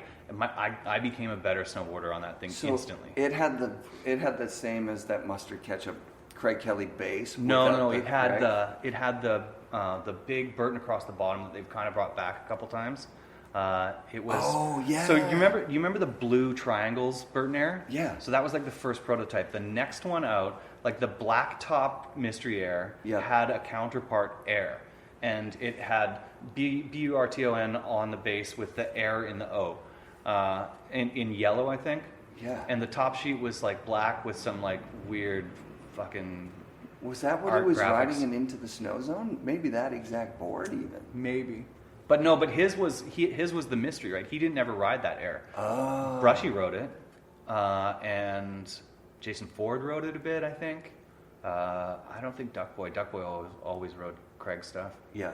But yeah, it was it's just this sort of underappreciated model, but it was so dope. It's iconic. I can remember the every shots photo I have of me on that board, I'm like, yeah, that's the one. Yeah. But then, the sim stuff, like, there was sim stuff that was super rad too. I have a whole crazy story about a gray prototype that ended up in Tom's estate in his garage. Rad. That I rode for like a year, and then they made me give it back, and I was like, it was the best board I ever rode. I loved that board. What was it? It was a gray prototype. It was like, I have a blog post about it somewhere. I'll send it to you. Yeah. But it actually lives in BC right now. It was part of that board test I did for Snowboarder magazine. Yeah. And at the end, I was just starting to ride for Sims, and I asked them if I could keep it and then give it back to Sims. They were like, yeah, okay. And then it took like over a year before I had to give it back, but it was the best board. Just plain gray base, plain gray top with like a kind of purple Sims logo on the nose, and just said prototype across the back. Whoa. It was dope. It had a super, super progressive side cut, or aggressive side cut. It was snappy as hell. I think Apocalypse made it. I'm not sure. Yeah. There were a few years where that's Regis. Roland comes over from... Yeah. But they didn't end up getting the production. Like, it was... By the time the next round of boards that came out were those Elan boards, and they were like heavy and shitty and not that rad. That would happen a lot, right? Like, so I can also remember... That was frustrating, man. Like, those Sims fakies were amazing, but then they fell apart. Like, the first prototypes, those first white prototypes were fucking awesome. Yeah. Anyway. Yeah. It's crazy that there are boards out there that are, like an option-made shorties or whatever. Totally. Or like the one-offs that they would get. Prior would make something for Devin for... Again, I'm super glad I don't chase that world, because it's a rabbit hole I don't have time for. But or probably money for either. I'm sure it's expensive. So where does it end? When do you stop shooting snowboard? It never ends. So around... By the time I was, I guess around 2000, I had started to feel like a lot of the super vital things that I liked about it had sort of run their course. But it was still super great. Like, the lifestyle was amazing. I would shoot all winter, and then I would shoot a couple of summer things, but I wasn't really like... I was paying $300 a month rent. Wow. I was like, I didn't have a lot of overhead, and I wasn't super ambitious as a photographer outside of that. In terms of commercial stuff, I just wanted to do creative stuff. I just wanted to take pictures that I liked, and nobody was paying me to do that. So I would take that time to just work on that shit and fly fish like crazy. But at that point, after Forum, I was like, really questioning how much I wanted to continue to go back out there. I was working with more people I didn't know, I had no connection with, and I didn't. And I don't mean like my crew was pretty tight. It was like I worked for the whole Forum and MacDog years. I worked with Kearns. Like, he and I would put together the thing, and we would go in the backcountry as a group, and But then there were lots of other filmers that I would work with as well. But I would have my kind of like core dudes that I would work with. And that would not change that much, but the riders started to change.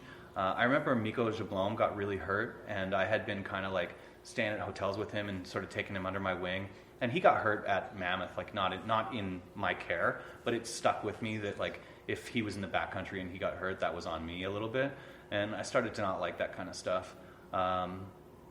He was such a fucking cool kid and super good, and then and overshot a jump and was so concussed, and it was like life-threatening, Duffy had a few. Oh yeah, Duffy's story was great. Oh my god, I mean the comeback part, the story and the comeback were all great. Yeah, I remember one day he was literally like working in the warehouse packing boxes, and we were in there picking up something or whatever. He's like, Dano, come here, and he has a piece of paper. And it's literally a doctor's note saying that Chris Duffy is okay to snowboard again. That's unbelievable. It was crazy. Yeah. Like, tears in your eyes crazy. Yeah. That's sick. And then the next year, that True Life part, Yeah. Oh, it's unbelievable. Yeah, it was crazy.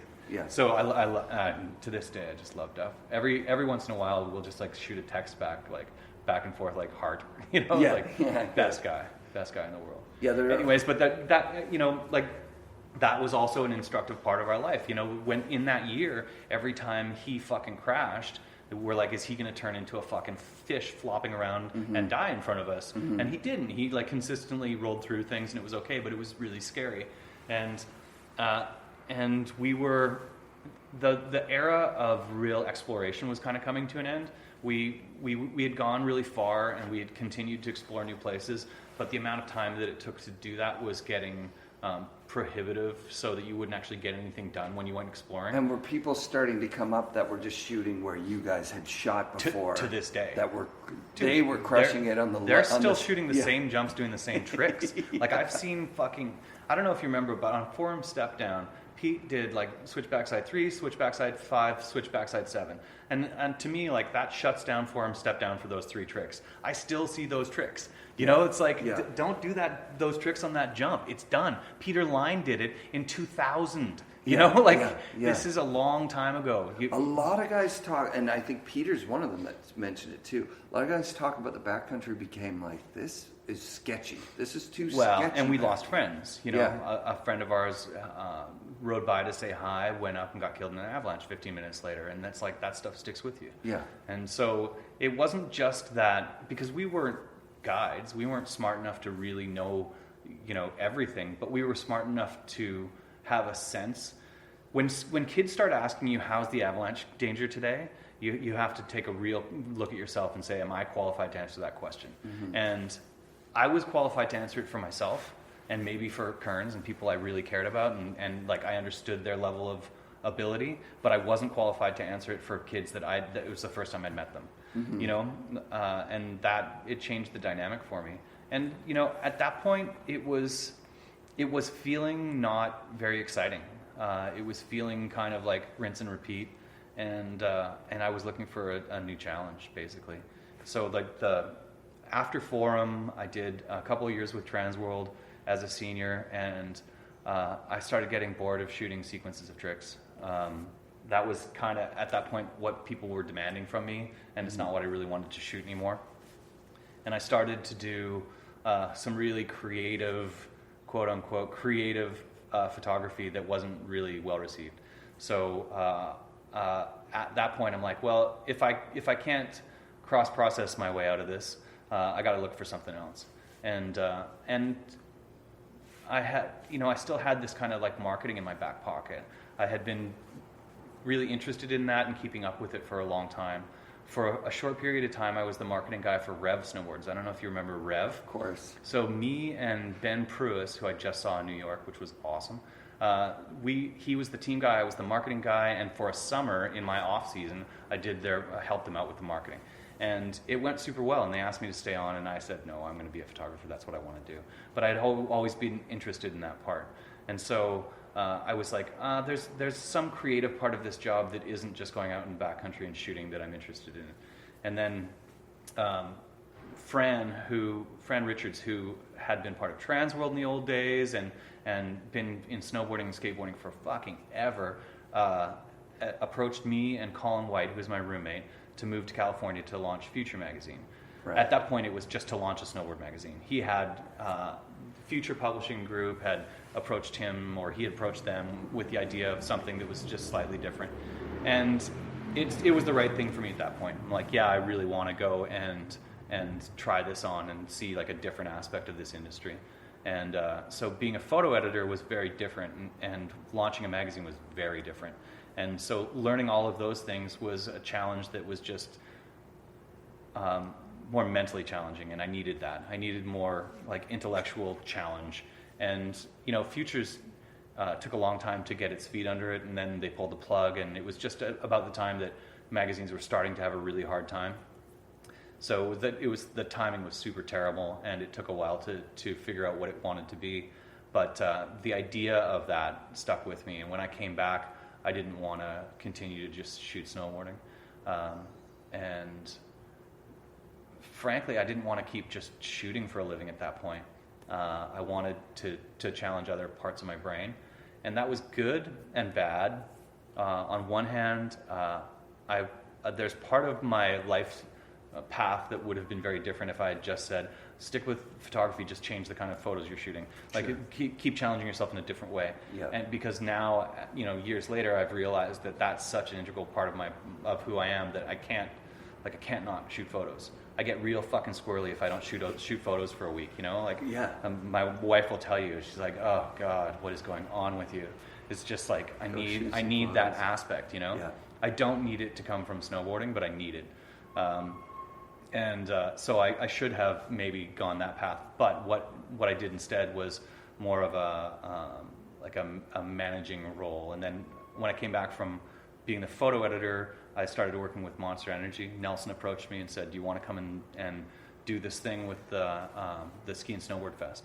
Because it had shit the bed. It used to be the center of the world, man. Yeah. It was the best thing. The Westbeach contest that turned into the Sims Worlds was like the best thing that happened in Canada for snowboarding every year. Yeah. And then it just went to shit. It was like, it became like, I don't know, a Rip Zone thing or something, and then it became nothing. It was just garbage.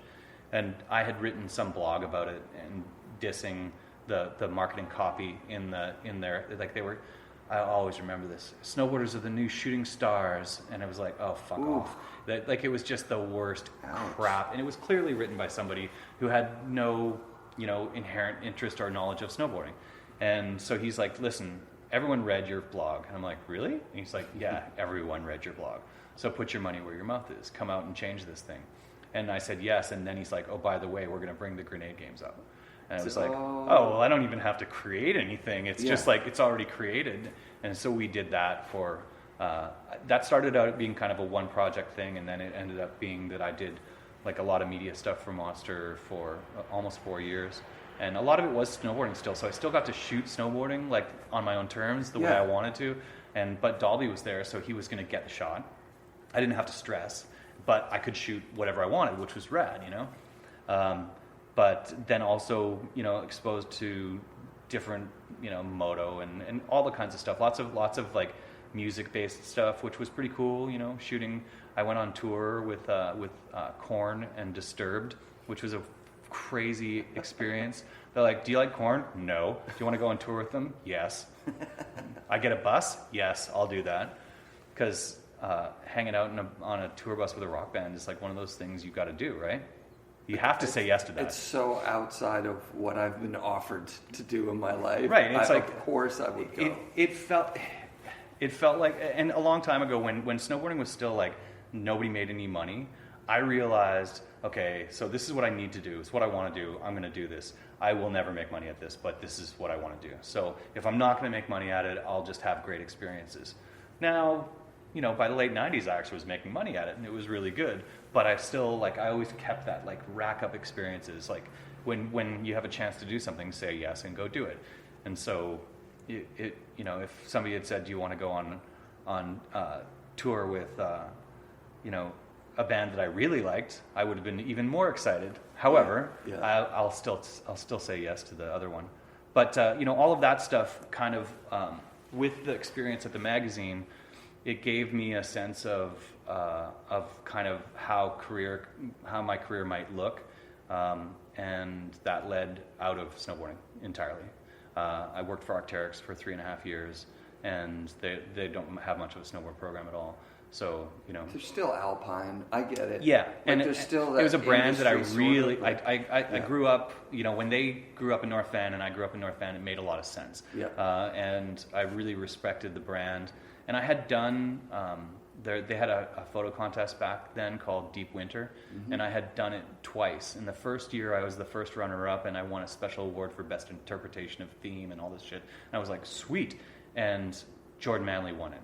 And then I asked them if I could do it again. And the second year, he won it again, and I didn't even place. And I was like, okay, I don't want to do that. And then the next year, I judged it. But when I judged it, I met their creative director, Tom Duguid, and he was the guy I interviewed with at that. And it was the first time I'd put a resume together in my life, Wow. I put together kind of a version of a resume when I got a work visa for the States, but it was the first time I'd put together I want to get a job resume. Yeah. Which is crazy, That's insane. Yeah, and you look at it and you're like, holy crap, I've done a lot of shit. It's pretty. I encourage everyone to take a step back and look at what you've done in the last 10 years, because sometimes you forget, but it's a lot. So anyways, it was cool. I went into that scene, and there was a bunch of lessons I learned there that I would never have learned anywhere else. And a lot of that had to do with apparel, which is part of what we do now. Like this company, it's about marketing, but it's also about design. And I still shoot on client trips, and contribute to I get to do that, which is fun, but it isn't how I make my living. Yeah. That's super dope, man. Yeah, it's cool. And like I said, like the body of work I'm making on my own time is substantial, and I'm super proud of it. And eventually that stuff will get shown, and that'll be like I think a different window into what photography is to me now.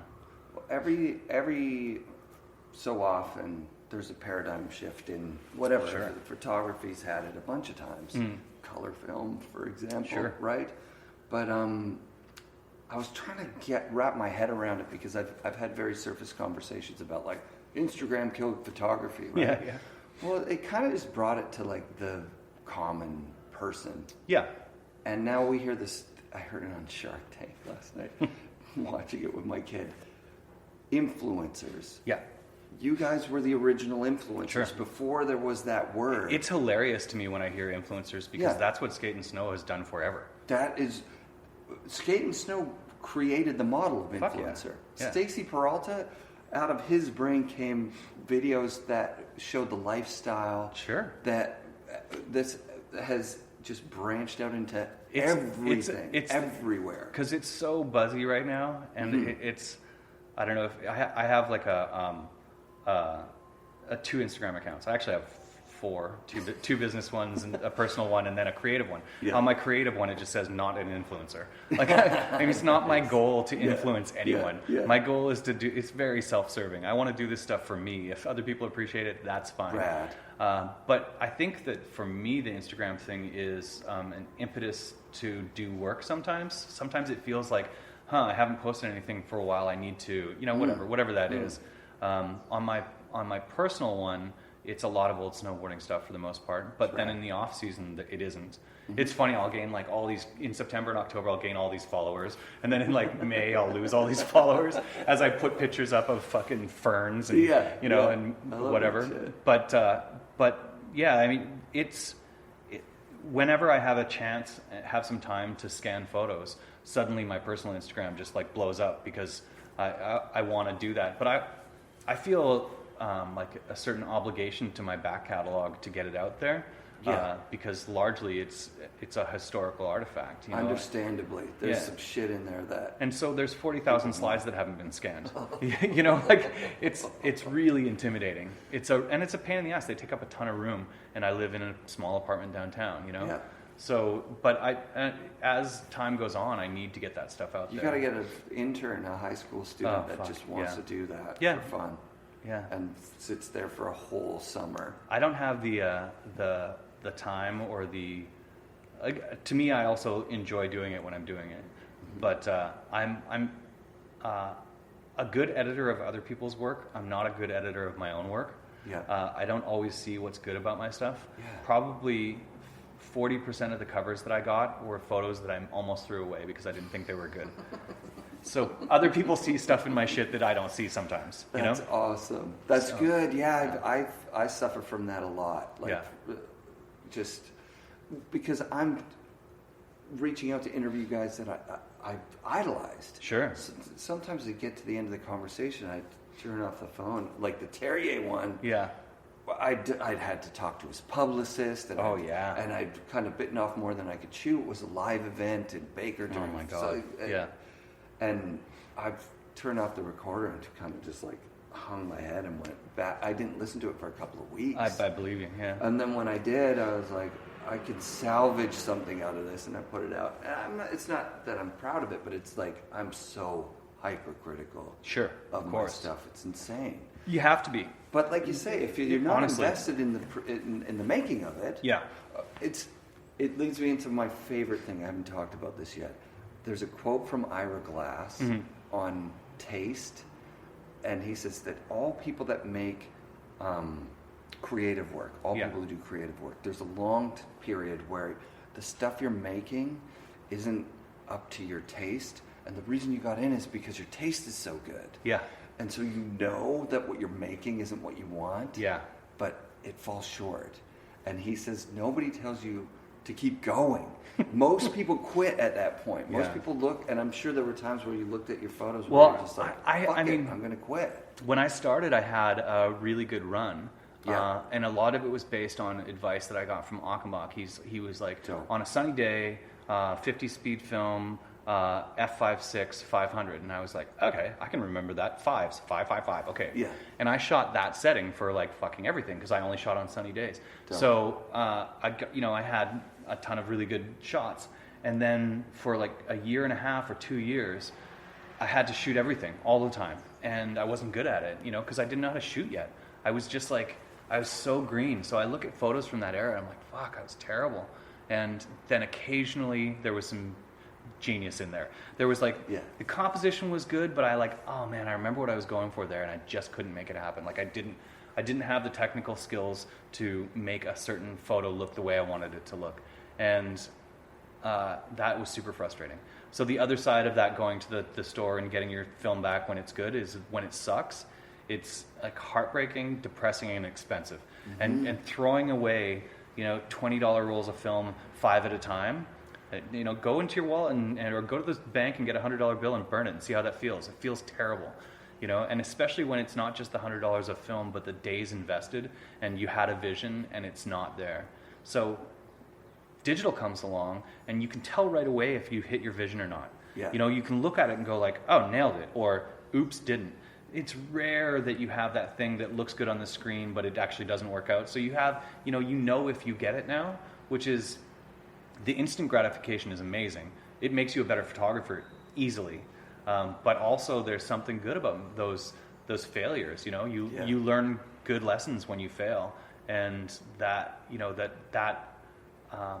for me, I was already pot committed. I had no choice.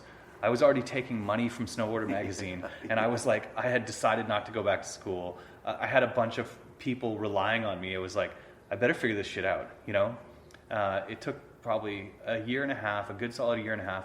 There's no internet to figure shit out, so you're buying every photo magazine you can. Oh, wow. You're talking to other photographers, but the culture was really different. Like, photographers didn't share things the same way. It was like, yeah, that's a thing. I don't really talk about it. It's like, there were people who had more experience under their belt, and they just weren't really willing to share that. It was rare that you found somebody who just wanted to be open about their process or anything else. And especially when it came to like charging money, like there was no standards. There still aren't. It's garbage. Like people race to the bottom because they don't know what their stuff's worth. Right. It's terrible. And when you're getting in, you have no idea. Right. How has the dynamic changed with this likes thing as well? Like, it gives you a false sense of accomplishment. Right. It's like, man, I got more likes on this one, and it means that it's good. Well, first of all, populism isn't a good judge of anything. If it were, we wouldn't have a Donald Trump president. Populism is the most people liking something at any one time. That's why pop music sucks. Is because the most people like it. But good music doesn't get the most likes. Right. So the amount of likes you get for something is a terrible, terrible call of its validity. Does it suck for you sometimes when you're looking at a shot that was like, because you used to get likes when that wasn't a word of a cover shot. So if you put a cover shot, great validation, right? Because the reason that it's different is because to get a cover shot, you have a select group of gatekeepers to get it there. Your photo editor is really, really crucial in your life. If he likes your shit, you're stoked. If he doesn't, he doesn't. Your art director is really crucial. George Kovala liked my stuff and understood what I was going for. So even if it wasn't perfect, he would be like, fuck, this is a bit misexposed, but I know what he was trying to get at. And then he would give it to Draplin, who would make it into a piece of fucking art. So there were people who understood and believed in me, and that made my career possible. If those gatekeepers weren't part of the process, then a cover shot wouldn't mean anything. But when you get a cover shot and it's passed through those gatekeepers, it means that the right people believe in it and have validated it. Now, 10,000 likes on a thing doesn't mean anything to me. I see garbage photos all day long with tons and tons of likes. Sure. It doesn't mean anything. Right. So curation, I mean, this goes back, but the curation is more important than populism. Right. And, you know, when you go and see a gallery, oftentimes you're looking at stuff and you're like, I don't get it. And that's fine. You don't have to get it. But there's something there, and if you take the time with it, you're going to get something out of it. And the reason that you are is because of people who really understand have put that stuff there.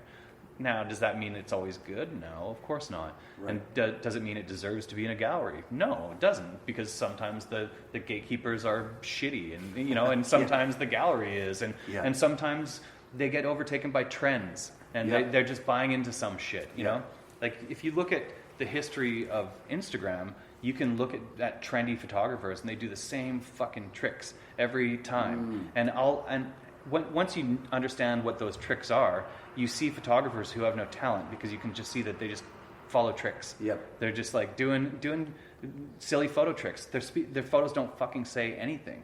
You know, I struggle with this all the time. I take pictures that I really like, and I'm like, there's no tension in this photo. It doesn't say anything. I might still put it on Instagram, but it's like, it hasn't accomplished anything. That it doesn't mean anything other than just decorative. If it's just decorative, it doesn't do anything, you know? Right. So, okay, that's good. Because to me, as I'm going through Instagram, I'm looking at certain photos and going, well, I didn't get enough likes, I don't think. Yeah. But well, that sure. just means it didn't Dude, get my the exposure favorite and the my favorite algorithm. photographers don't have huge Instagram followings. Like they will. There's lots of guys out there who have 100 fucking followers. You know, there's a local dude in Vancouver who my wife grew up with, who is not a photographer. I mean, he's a photographer, but he's not, like, he doesn't make his living like that. Yeah. He's one of the best photographers that I've seen in 10 years. Right. And he just quietly puts this stuff up, and it's awesome. Oh, you know, it's cool. but he's like, he doesn't have any airs about it. Yeah. He doesn't come through the art school program or the gallery system, right. So he'll be unknown and unsung. Like, it's just one of those things. Like, if you have no way to be exposed to that world, and you have no aspiration to be liked and known in that world, you can just toil away in obscurity. Yeah, the tricks thing. It's such a slippery slope, because it's like, well, I want people to. I want to engage with people. I want to learn the algorithm so that the people who are going to like my stuff get exposed to it. But then you end up making shit that's shit just to get more people to like it. So I don't know. There are a lot of images. There's another guy on Instagram who's extremely famous, 1 million followers guy, and he takes super processed, hack, cliche images that are totally beautiful, like objectively beautiful. You look at it and you're like, holy shit. Yeah. And I look at it and I'm like, dude, that couldn't stand being blown up to 8x10. It's so processed. It's so made for Instagram. Yeah. And that's awesome. You know, like, it's perfect for the form. He is an artist of his form. Totally. And he gets, 10,000 likes on everything that he does, including from me. You know, honestly, because he's doing a thing for the form.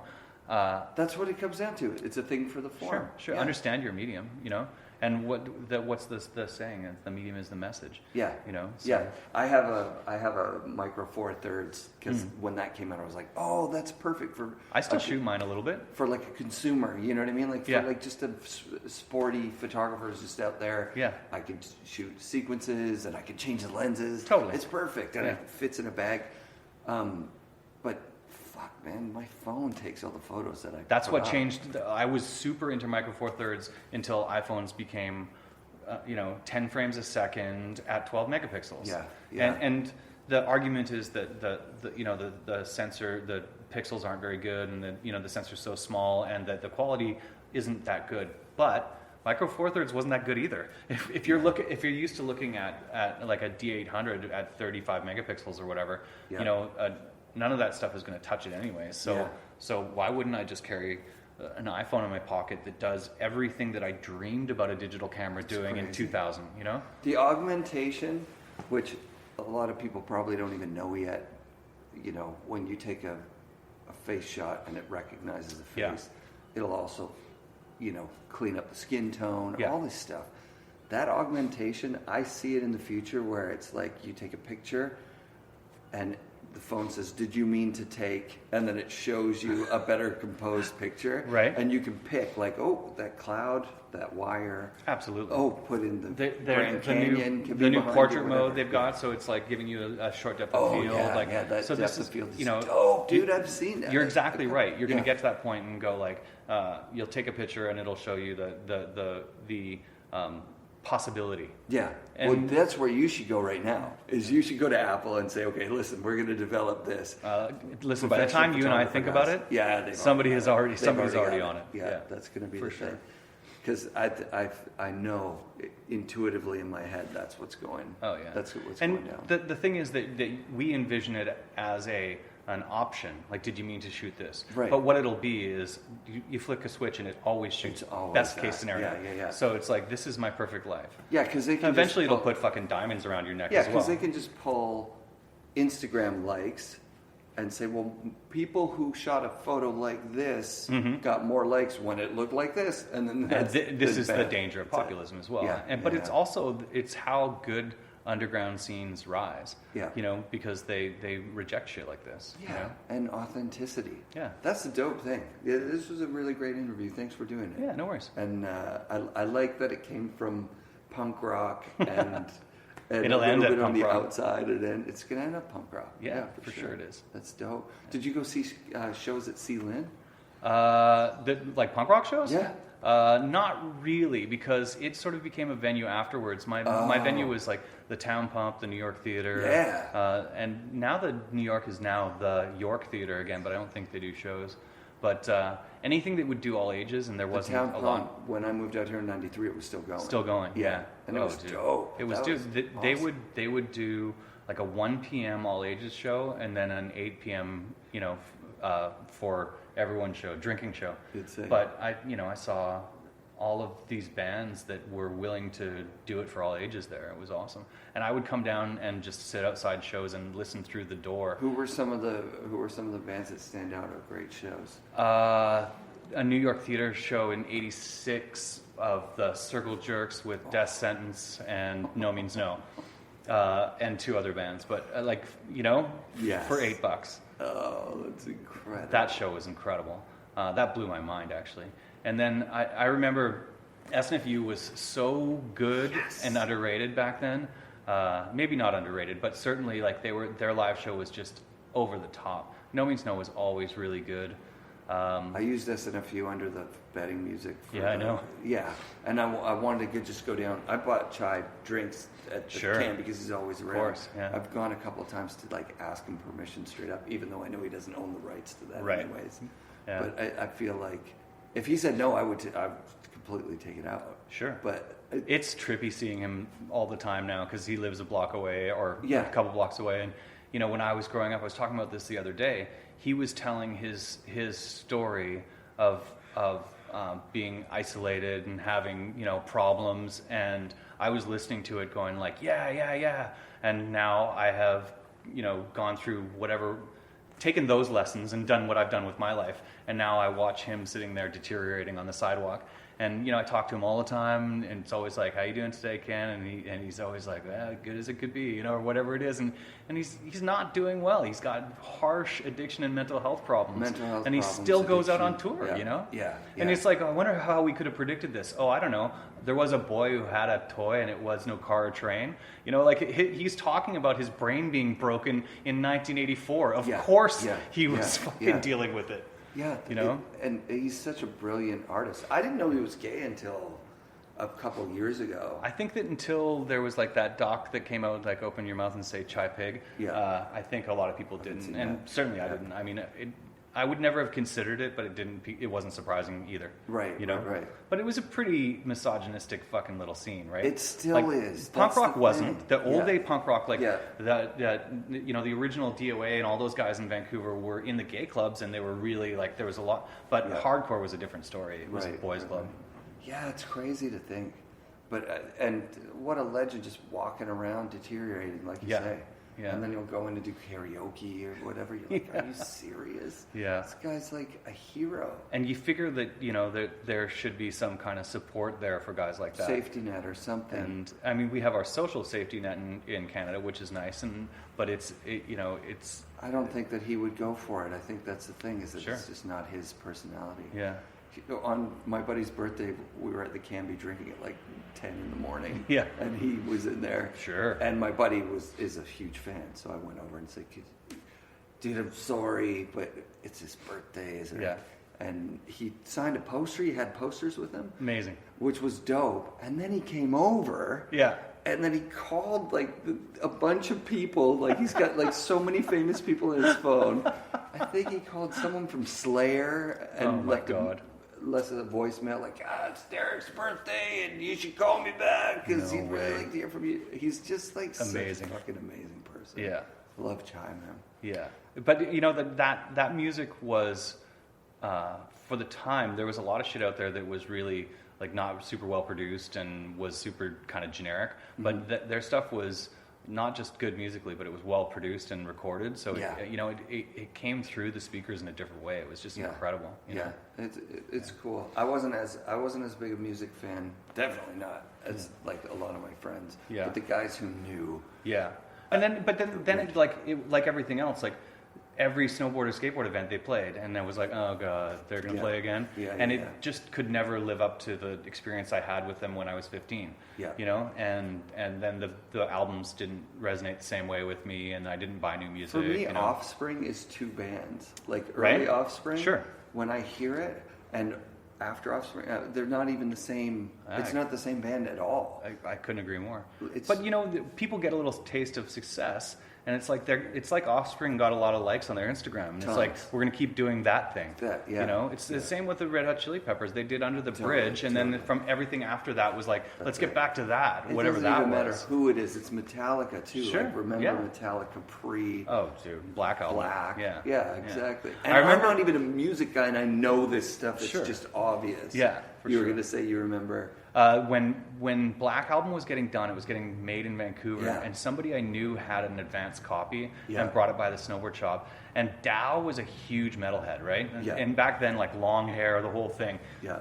And he, I told him, hey, I've got the new Metallica. He thought I was fucking lying, but I played it, and he was like, whoa. Can I borrow it? And like I gave him the cassette so he could listen to it 700 times that night, you know, because he's that kind of level of into it. Yeah. And then he came in and I was like, all right, so how is it? And he's like, well, it's still heavy. But that was the moment it all changed for sure. Oh, 100%. Dow used to help me with my zine, right? So he was into computers even back then. So he would go and take like a whole bunch of the titles and stuff and make different typefaces and then print them out, and then I would cut and paste them into the zine. He's always been a designer. He's always been a designer. Totally. Like from, I met him when Virgin was just going away. Yeah. And he was at Never. Yeah. And he was deep into the design of it. For sure. It was killing it. He's a really cool designer guy. Yeah. Yeah. He's done things on his own terms, and you know, now he's got his. From what I understand, and I don't talk to Rob very often, but from what I understand, he's doing well enough with the other stuff that he can do whatever he wants with Wired, and that's a perfect place to be. You know, getting to make snowboards and not having to make money out of it is rad. Until we get that next, you know, wave of up. Sure, I dream of having a snowboard brand. I just can't imagine getting into that industry.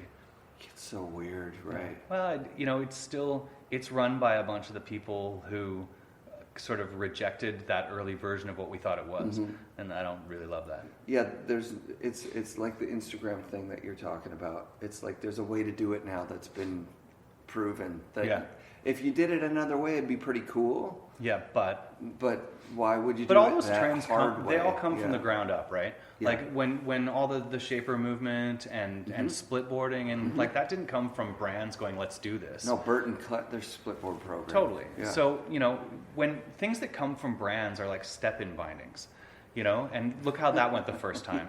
I hope it's doing better for them this time, but the things that come from the ground up are things that resonate with people, you know? Yeah, people, if stepping was going to be the next thing, people would be making them at their house to figure out, like, this is going to work better than these crappy and, you know, the engineering behind making a step-in binding is probably prohibitive for most people.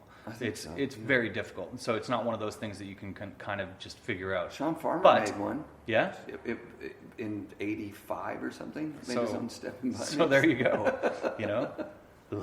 It was terrible. I was shop guy, and I jumped on. I met Steve Van Doren, awesome. And he jumped on it for Vans. Yeah. And so Vans and Switch partnered up, and I was like, I'm going to be that guy. Yeah. I love that. And Dow jumped on it as well. He had a pro model on Vans, so I was like 100% behind it. Yeah.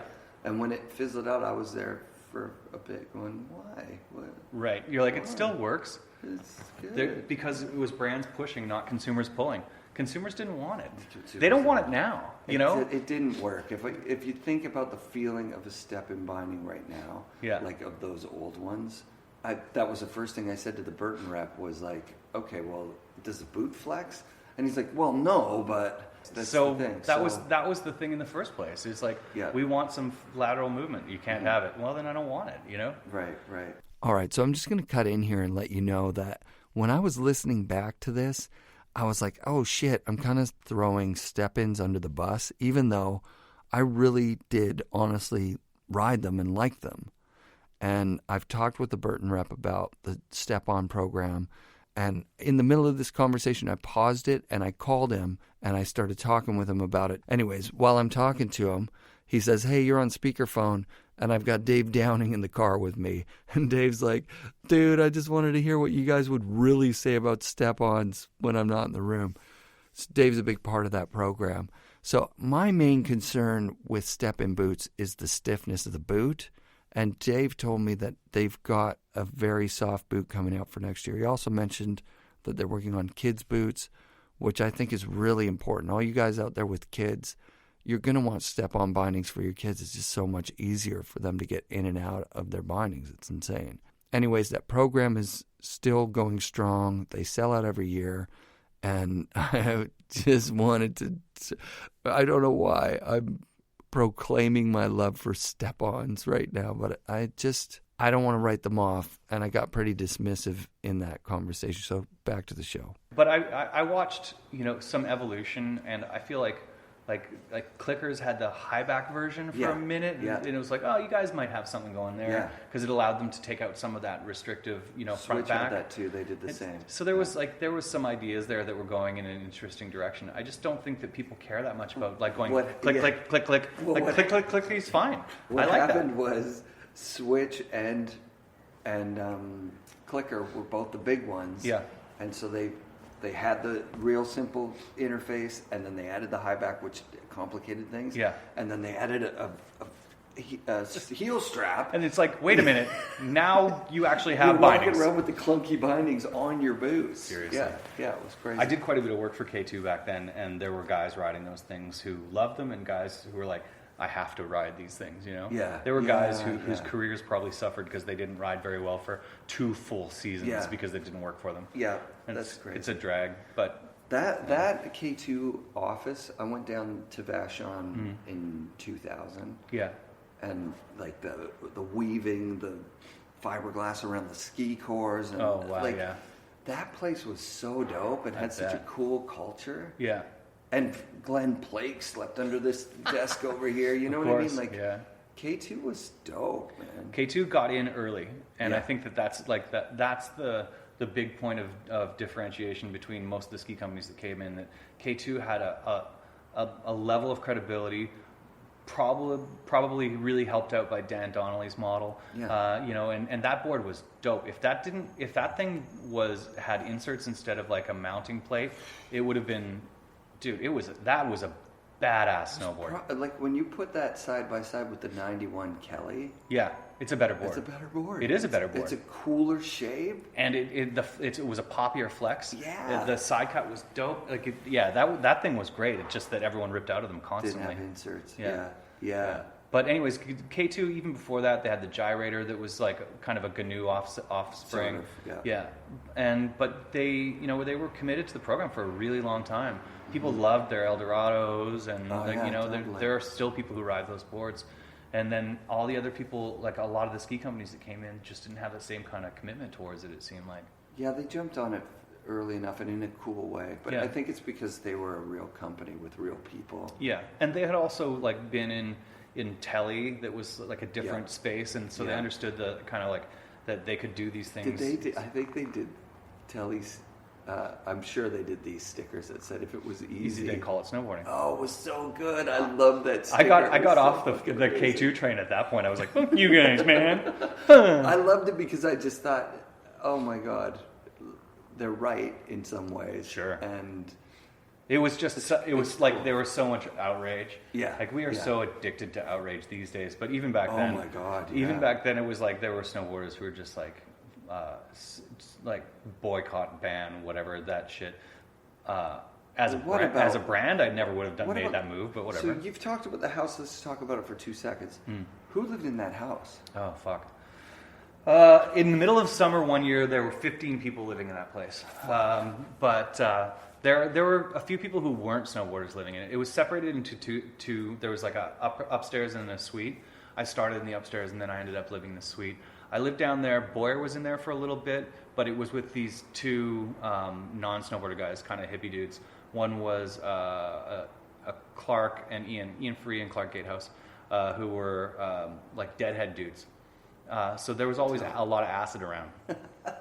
Awesome. So that was our downstairs, and then I would have people come and stay, but in terms of people who actually lived there, that was it. But when we first moved in there, it was like Flynn Seddon, Warburton, Schwarty, me, God, who else was in there? Probably Cheeseball, Greg Daniels. I feel like that was like kind of the core of it. But then in the summertime, like Brushy lived in the upstairs hallway for 2 months at a time, and there was just all kinds of people staying all the time. Ken would just show up with a van, and like he would be there for summer, and the expectation was that everyone would find a place in the house to sleep. So, all the Calgary crew, I remember like Warburton one time taking Hernan's shit and just throwing it off a second floor balcony, like, you're out, whoosh, like whatever he'd done, like eating somebody's something or whatever. Sure. But yeah. Was there eventually the Kearns and Johnson connection in that place, or was that somewhere else? No, I don't think they ever lived there. Sludgy lived down the street at one point, but I mean, Kearns stayed out of Whistler for a while. He managed to do the commute and not actually live up there, and was always like, fuck that place, man. Eventually bought the place with Devin, but he had places for quite a while before they bought the place too. That house was probably 2 years only, and then kind of the core of it, we lived together for quite a while. Me and Warburton lived together a lot. Schwarty lived with us quite a bit. It's mostly those Calgary. Oh well, he's not even. Oh yeah, Dave Summers lived in that place as well. In the first place. Like those snowboard shop. That first generation of everybody. Yeah. So John Stewart and Bowman and Bowman, Todd. Yeah, and like I think Joel was from there, and like that little scene was really, really cool. And Colin White, and Colin is like the best writer in the world, who now lives in Whidbey Island and has a second baby and is very quiet. But he and I were running the shops, and our early internet was like writing on the outside of boxes that we sent back forth to each other. So we were just sending notes back to each other. Nice. We became friends basically on cardboard boxes and the telephone. That's incredible. And then we ended up living together for years into the internet era. And now you're back on the snow down here. Yeah. Did you take some time off of actually? I never didn't ride. Right. But I definitely had some like 2-day seasons. Yeah. There was a time that had a bunch of different things. So first of all, living in California, we would make the magazine up until beginning of January, and then I would shoot through the fall. So I was still on the snow quite a bit. When I came back from that, I went and lived in Honduras for 6 months and went scuba diving because girlfriend at the time was super into diving, and sort of fell in love with that. But it took up a lot of that sort of that relationship went for a long time, and we didn't really snowboard together that much. And you know, if you're in a couple and you're not doing a thing, you just don't do a thing. You know. So I rode less and less during that, and then and into you know the last 10 years when I came back and started working Arc'teryx, I rode a little bit, but it wasn't really a snowboard centric thing, and again I didn't really have like Whistler changed for me. That's the biggest thing. My parents live up there, and I don't go up there. Oh, wow. Like, I mean, I go up there really rarely, and when I do, I hate it. It just got really expensive, and I became the person that I always hated, which is just a weekend warrior coming up, getting in the way. And so I didn't want to do it. You know, I didn't want to be that guy. The crowds are insane. Too. Insane. It's so expensive. I don't think I've talked about it a lot on the show, but I don't think people realize what. It's not, it is, for me, it has taken away the fun of snowboarding entirely. And, you know, if I did a midweek, I'd probably enjoy it more, but the bad taste in my mouth from the $5 coffee and the $140 ticket takes away before I even get on the hill. Or I could ride Cypress, which is right here, which is rarely crowded, which I can get 10 runs in before 11 a.m. In fresh snow. You're preaching to the choir, man. You know, I've been saying this for 20 years. But so that's what got me back, was like, oh, fuck, I love this. I mean, I just love it. A good Whistler day, and people get to say, like, yeah, dude, but Cypress doesn't have this. You go, yeah, you're right. On that rare, weird day where the lift breaks down or something at the bottom. Listen, I love and will always love $1 Million Ridge. Yeah. Nothing compares to that. Yeah. And of course. You know what's better? Eagle Pass Heli. But it's expensive too. And Eagle Pass is more consistent. Yep. So if I'm going to spend all kinds of money, I'd rather spend money on a day of Heli than a lift ticket in Whistler. That's honest. 100%. And I know it's not, it's 10 times more expensive, but still. Or just go out for a sled. Oh yeah. Go for a sled. I don't own a sled anymore, and I haven't. But I mean, double with somebody. You know what I mean? Yeah. Like, just you've got enough. Kearns went out and shot some stuff with JP, in the last couple months. Yeah. And he was like, "Holy fuck, man! Those new sleds are amazing." So, yeah. I'd like to get on one again for sure. But it's fun. Not a priority. Like, just go out there and enjoy it again. But my head is so in photography at this point that I would rather spend a weekend walking around the streets in Vancouver than deal with getting a sled together and go snowboarding on the sled. Yeah, that's where my priority is right now. Yeah. Plus, I couldn't really walk very much for a couple of years and found out that my meniscus is pretty torn up, and that made it super tough. That last time I went and competed in the bank slalom, I could barely ride. It was super painful. And then I've been pretty lucky in the last year of just a couple of different things that I've been doing to it that have made it far less painful. So that's good. But it sucks. And then going up Cypress once a week is fun. And that's the thing. To be perfectly honest, I don't think that top to bottoms on Whistler are super viable for me at this point. That's my knee says no. And when you're like, well, do some operation on it, they're like, nah, it's not. It's not at that level, but it's just painful. So a couple of years from now, there's some regenerative stuff that's coming down the pipe. For sure, I think so. Fix a lot of stuff. We'll be shredding in our 60s and 70s. Oh God, let's hope so. Yeah, I hope so. Right on, man. Well, thanks for doing that. Yeah, no worries. Thanks for inviting me into your space. Cool. I'm glad you got a chance to see it. FNRad shout-outs this week to Brian from Dakine. I'm so excited to ride this gear that you got me. Thanks, man. I want to thank Steve from Burton and also Dave Downing. You guys are awesome. Can't wait to shred with you. All right, here are the details for the waffle. I'm going to be raffling off a wired board, any size, any shape that they make. You can choose your own custom graphic, and the tickets are only $20. We're going to have a minimum 25, a maximum of 50. So if you want to get involved with that, message me at the show if you're not already a part of the Waffle House of Snowboarding Facebook group. It's a way for you to support the show, so thank you very much. Thanks again to Wired Snowboards, Boardroom Snowboard Shop, Tribute Board Shop, Grouse Mountain, and Dakine. All right, come back next week for the next episode of the FNRad Snowboarding Podcast, brought to you by Bike Room Productions.